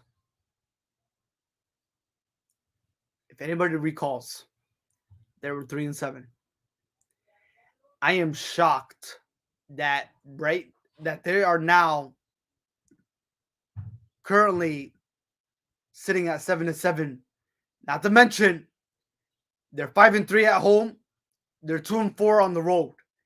But they're holding that 6-game winning streak. That 6-game winning streak. I am beyond impressed. Beyond impressed. Not to mention, I'm shocked. 7-7. You're talking 7-7 Miami Dolphins versus the New Orleans Saints, who are also 7-7. Both of them are fighting for playoff implications. Crazy, right? Monday Night Football under the lights, it gives you goosebump vibes that tomorrow night you need to get your popcorn ready for that matchup. Believe it or not, this is the ultimate question of all questions. Who has the edge? Who has the edge of coming out with the victory? Again, the Miami Dolphins are 7-7. The New Orleans Saints are 7-7. 6-game winning streak for the Miami Dolphins versus the New Orleans Saints in the NFC South, who are also riding a 2-game winning streak. They're 2-4 at home. They're 5-3 on the road. But for the Dolphins, they're 2-4 on the road. They're 5-3 at home. Look at that comparison. Look at that comparison. Who has the edge? I mean, I still haven't given my prediction out yet. I already gave out the injuries. Dolphins are a clean slate. Unless something new comes up. There's a clean slate. But who has the edge? The Saints are on a 2-game winning streak. The Miami Dolphins are on a 6-game winning streak. Who's hungry? Who's hungry? I mean,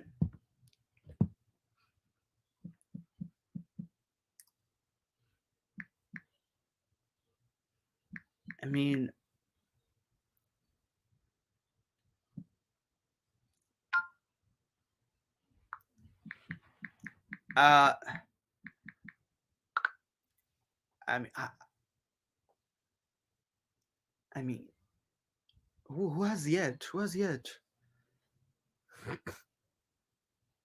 Who has the edge?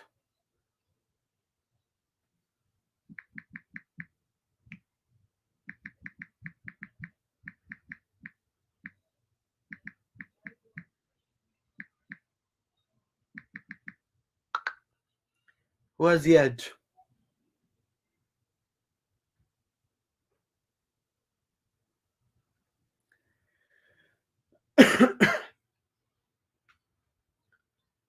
Miami Dolphins or the New Orleans Saints? Here's my prediction. So, 2-4 Dolphins on the road, 2-4 Saints at home.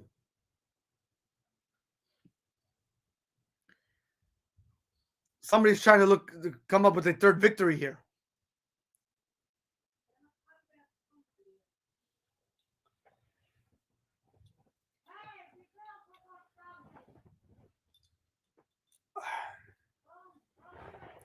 Weather is not a factor. All right, we all know that. We can agree on that. Weather is not a factor.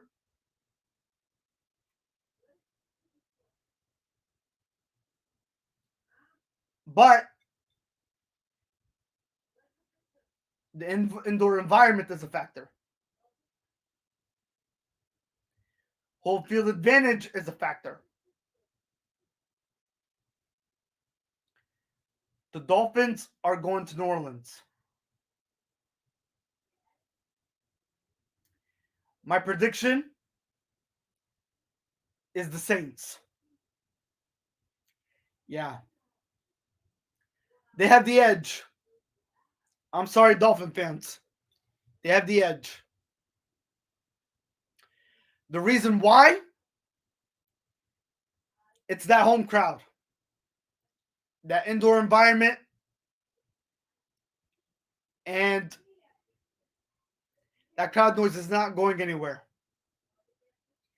Home field advantage and that crowd noise. I think Dolphins' winning streak is going to come to an end. Yep. So, again, New Orleans picked up their victory last week. If anybody recalls, the Saints last week, again, beating the Tampa Bay Buccaneers on the road. So, I see them carrying the momentum. All right. Again, they're on a 2-game winning streak, like I mentioned. They beat the Tampa Bay Bucks last week under the lights, and they dominated the New York Jets 30-9, folks. So I like New Orleans. Definitely like New Orleans, folks. All right. Those are the predictions for your Sunday. So we definitely had a great segment, folks. We had a great episode today. So for anybody that's tuning in,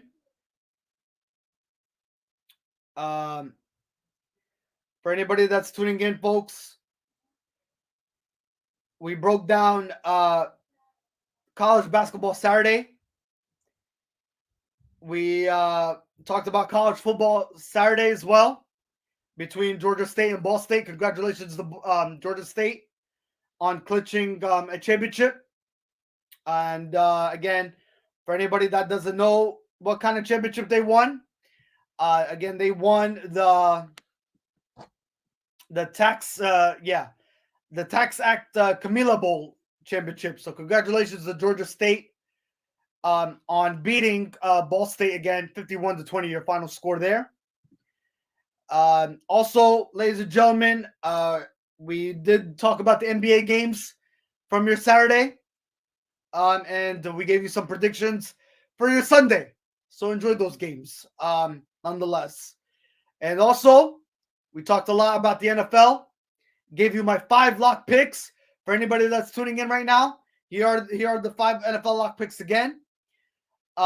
Falcons, Jets, Rams, Bucks, and Chiefs.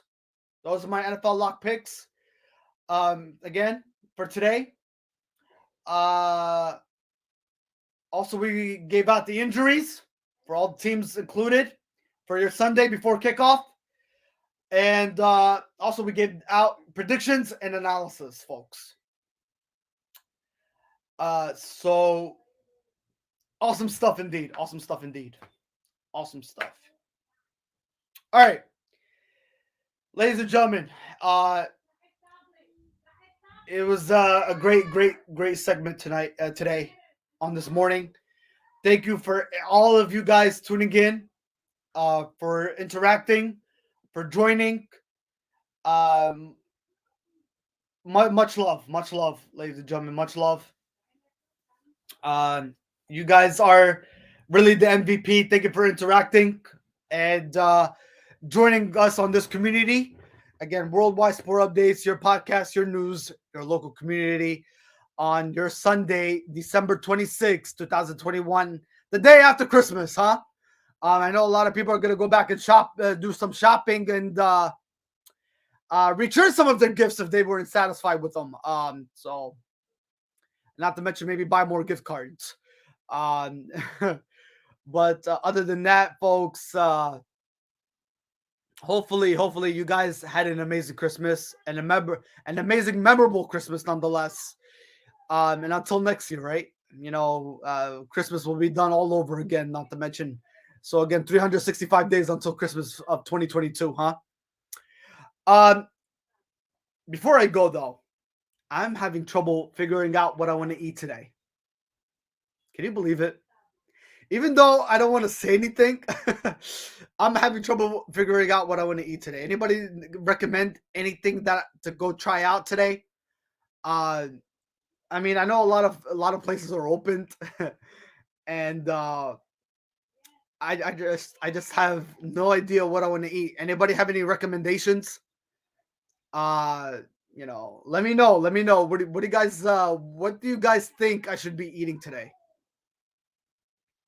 Think. I can't think of anything. I was thinking of because the Chinese places are open today. Why not go for some Chinese food? Maybe chicken and broccoli. Kind of thing with rice. Maybe stop by at the mall and just have chicken and broccoli with rice. I don't know. Or maybe stop by Subway, have Subway fresh, Subway eat fresh kind of thing. Or stop by Eastsiders, huh? I don't know. I don't know. I mean, all these local restaurants. I don't know. Maybe stop by somewhere though. But what do you guys recommend? What should I eat? I mean, I can't believe I'm actually saying this on on live podcast, but anybody recommend? You know what? Well, actually, you know what? I can't believe this place is closed today. It's a Sunday. It's a Sunday. Baggio's is closed. I was thinking about a Philly cheesesteak from Baggio's, man. Um, yeah, shout out to Baggio's, by the way. Baggio's Pizzeria. They're the ones that really have the famous cheesesteaks, the pizza, and everything. Or you know what? We could stop by Wegmans. We could. They have the best Chinese food, the best pizza, the best. The best Chinese food, the best pizza, the best cheese. I don't know. Do they have the best cheesesteaks? I don't even know if I ever tried a Wegmans cheesesteak ever. So I don't know. Maybe you. I mean, if they have a pizza, if they have a pizza spot, then I think they do have a cheesesteak spot as well. So I don't know. We'll see. Or you know what? We could try Charlie's cheesesteaks. Yeah, nothing wrong with that. Uh, yeah. Well, I mean, we'll see. We'll think about it. We'll think about it. All right, folks. Thank you for interacting. Thank you for joining us again. You guys have been phenomenal. You've been a great audience. We can't thank you enough. I can't believe we actually squeezed in a 4-hour show. This is awesome. We definitely had a lot to talk about, and we definitely squeezed in everything that needed to be talked about, which was very, very good and a blessing nonetheless. That we did get everything that needed to be talked about and delivered. Again, thank you guys for joining us. And stay blessed. God bless to all the Facebook family out there, the YouTube family, the Instagram family, the Twitter family, everybody out there. Thank you so much. Again, Merry Christmas to everybody out there that tuned in. To anybody that did not tune in, Merry Christmas, Happy Holidays. Again, enjoy your week, ladies and gentlemen, and enjoy your New Year's nonetheless. I will see you next Sunday. Again, ladies and gentlemen, Worldwide Sport Updates, your podcast, your news, your local community. Again, don't miss our Friday recorded podcast. Yes, we will have a Friday recorded podcast. The last one to end the year 2021, folks. Yes, we will definitely put it out there for you. Again, we will not be streaming on Saturday. And we will be streaming next Sunday for sure, folks. The new year after New Year's, to begin the year 2022, folks. Nonetheless, and we're gonna come out with a bang, nonetheless. All right, folks. I appreciate you guys with all the bottom of my heart. Nonetheless, you guys have yourself a great week. Enjoy your Sunday. Enjoy the games, nonetheless. We will talk to you guys next Sunday for sure. All right. Stay blessed, Facebook family. God bless. Instagram family, Twitter family, YouTube family, everybody out there. Merry Christmas again. Happy holidays. And have yourself a great work week. And I'll see you guys all next Sunday. Enjoy.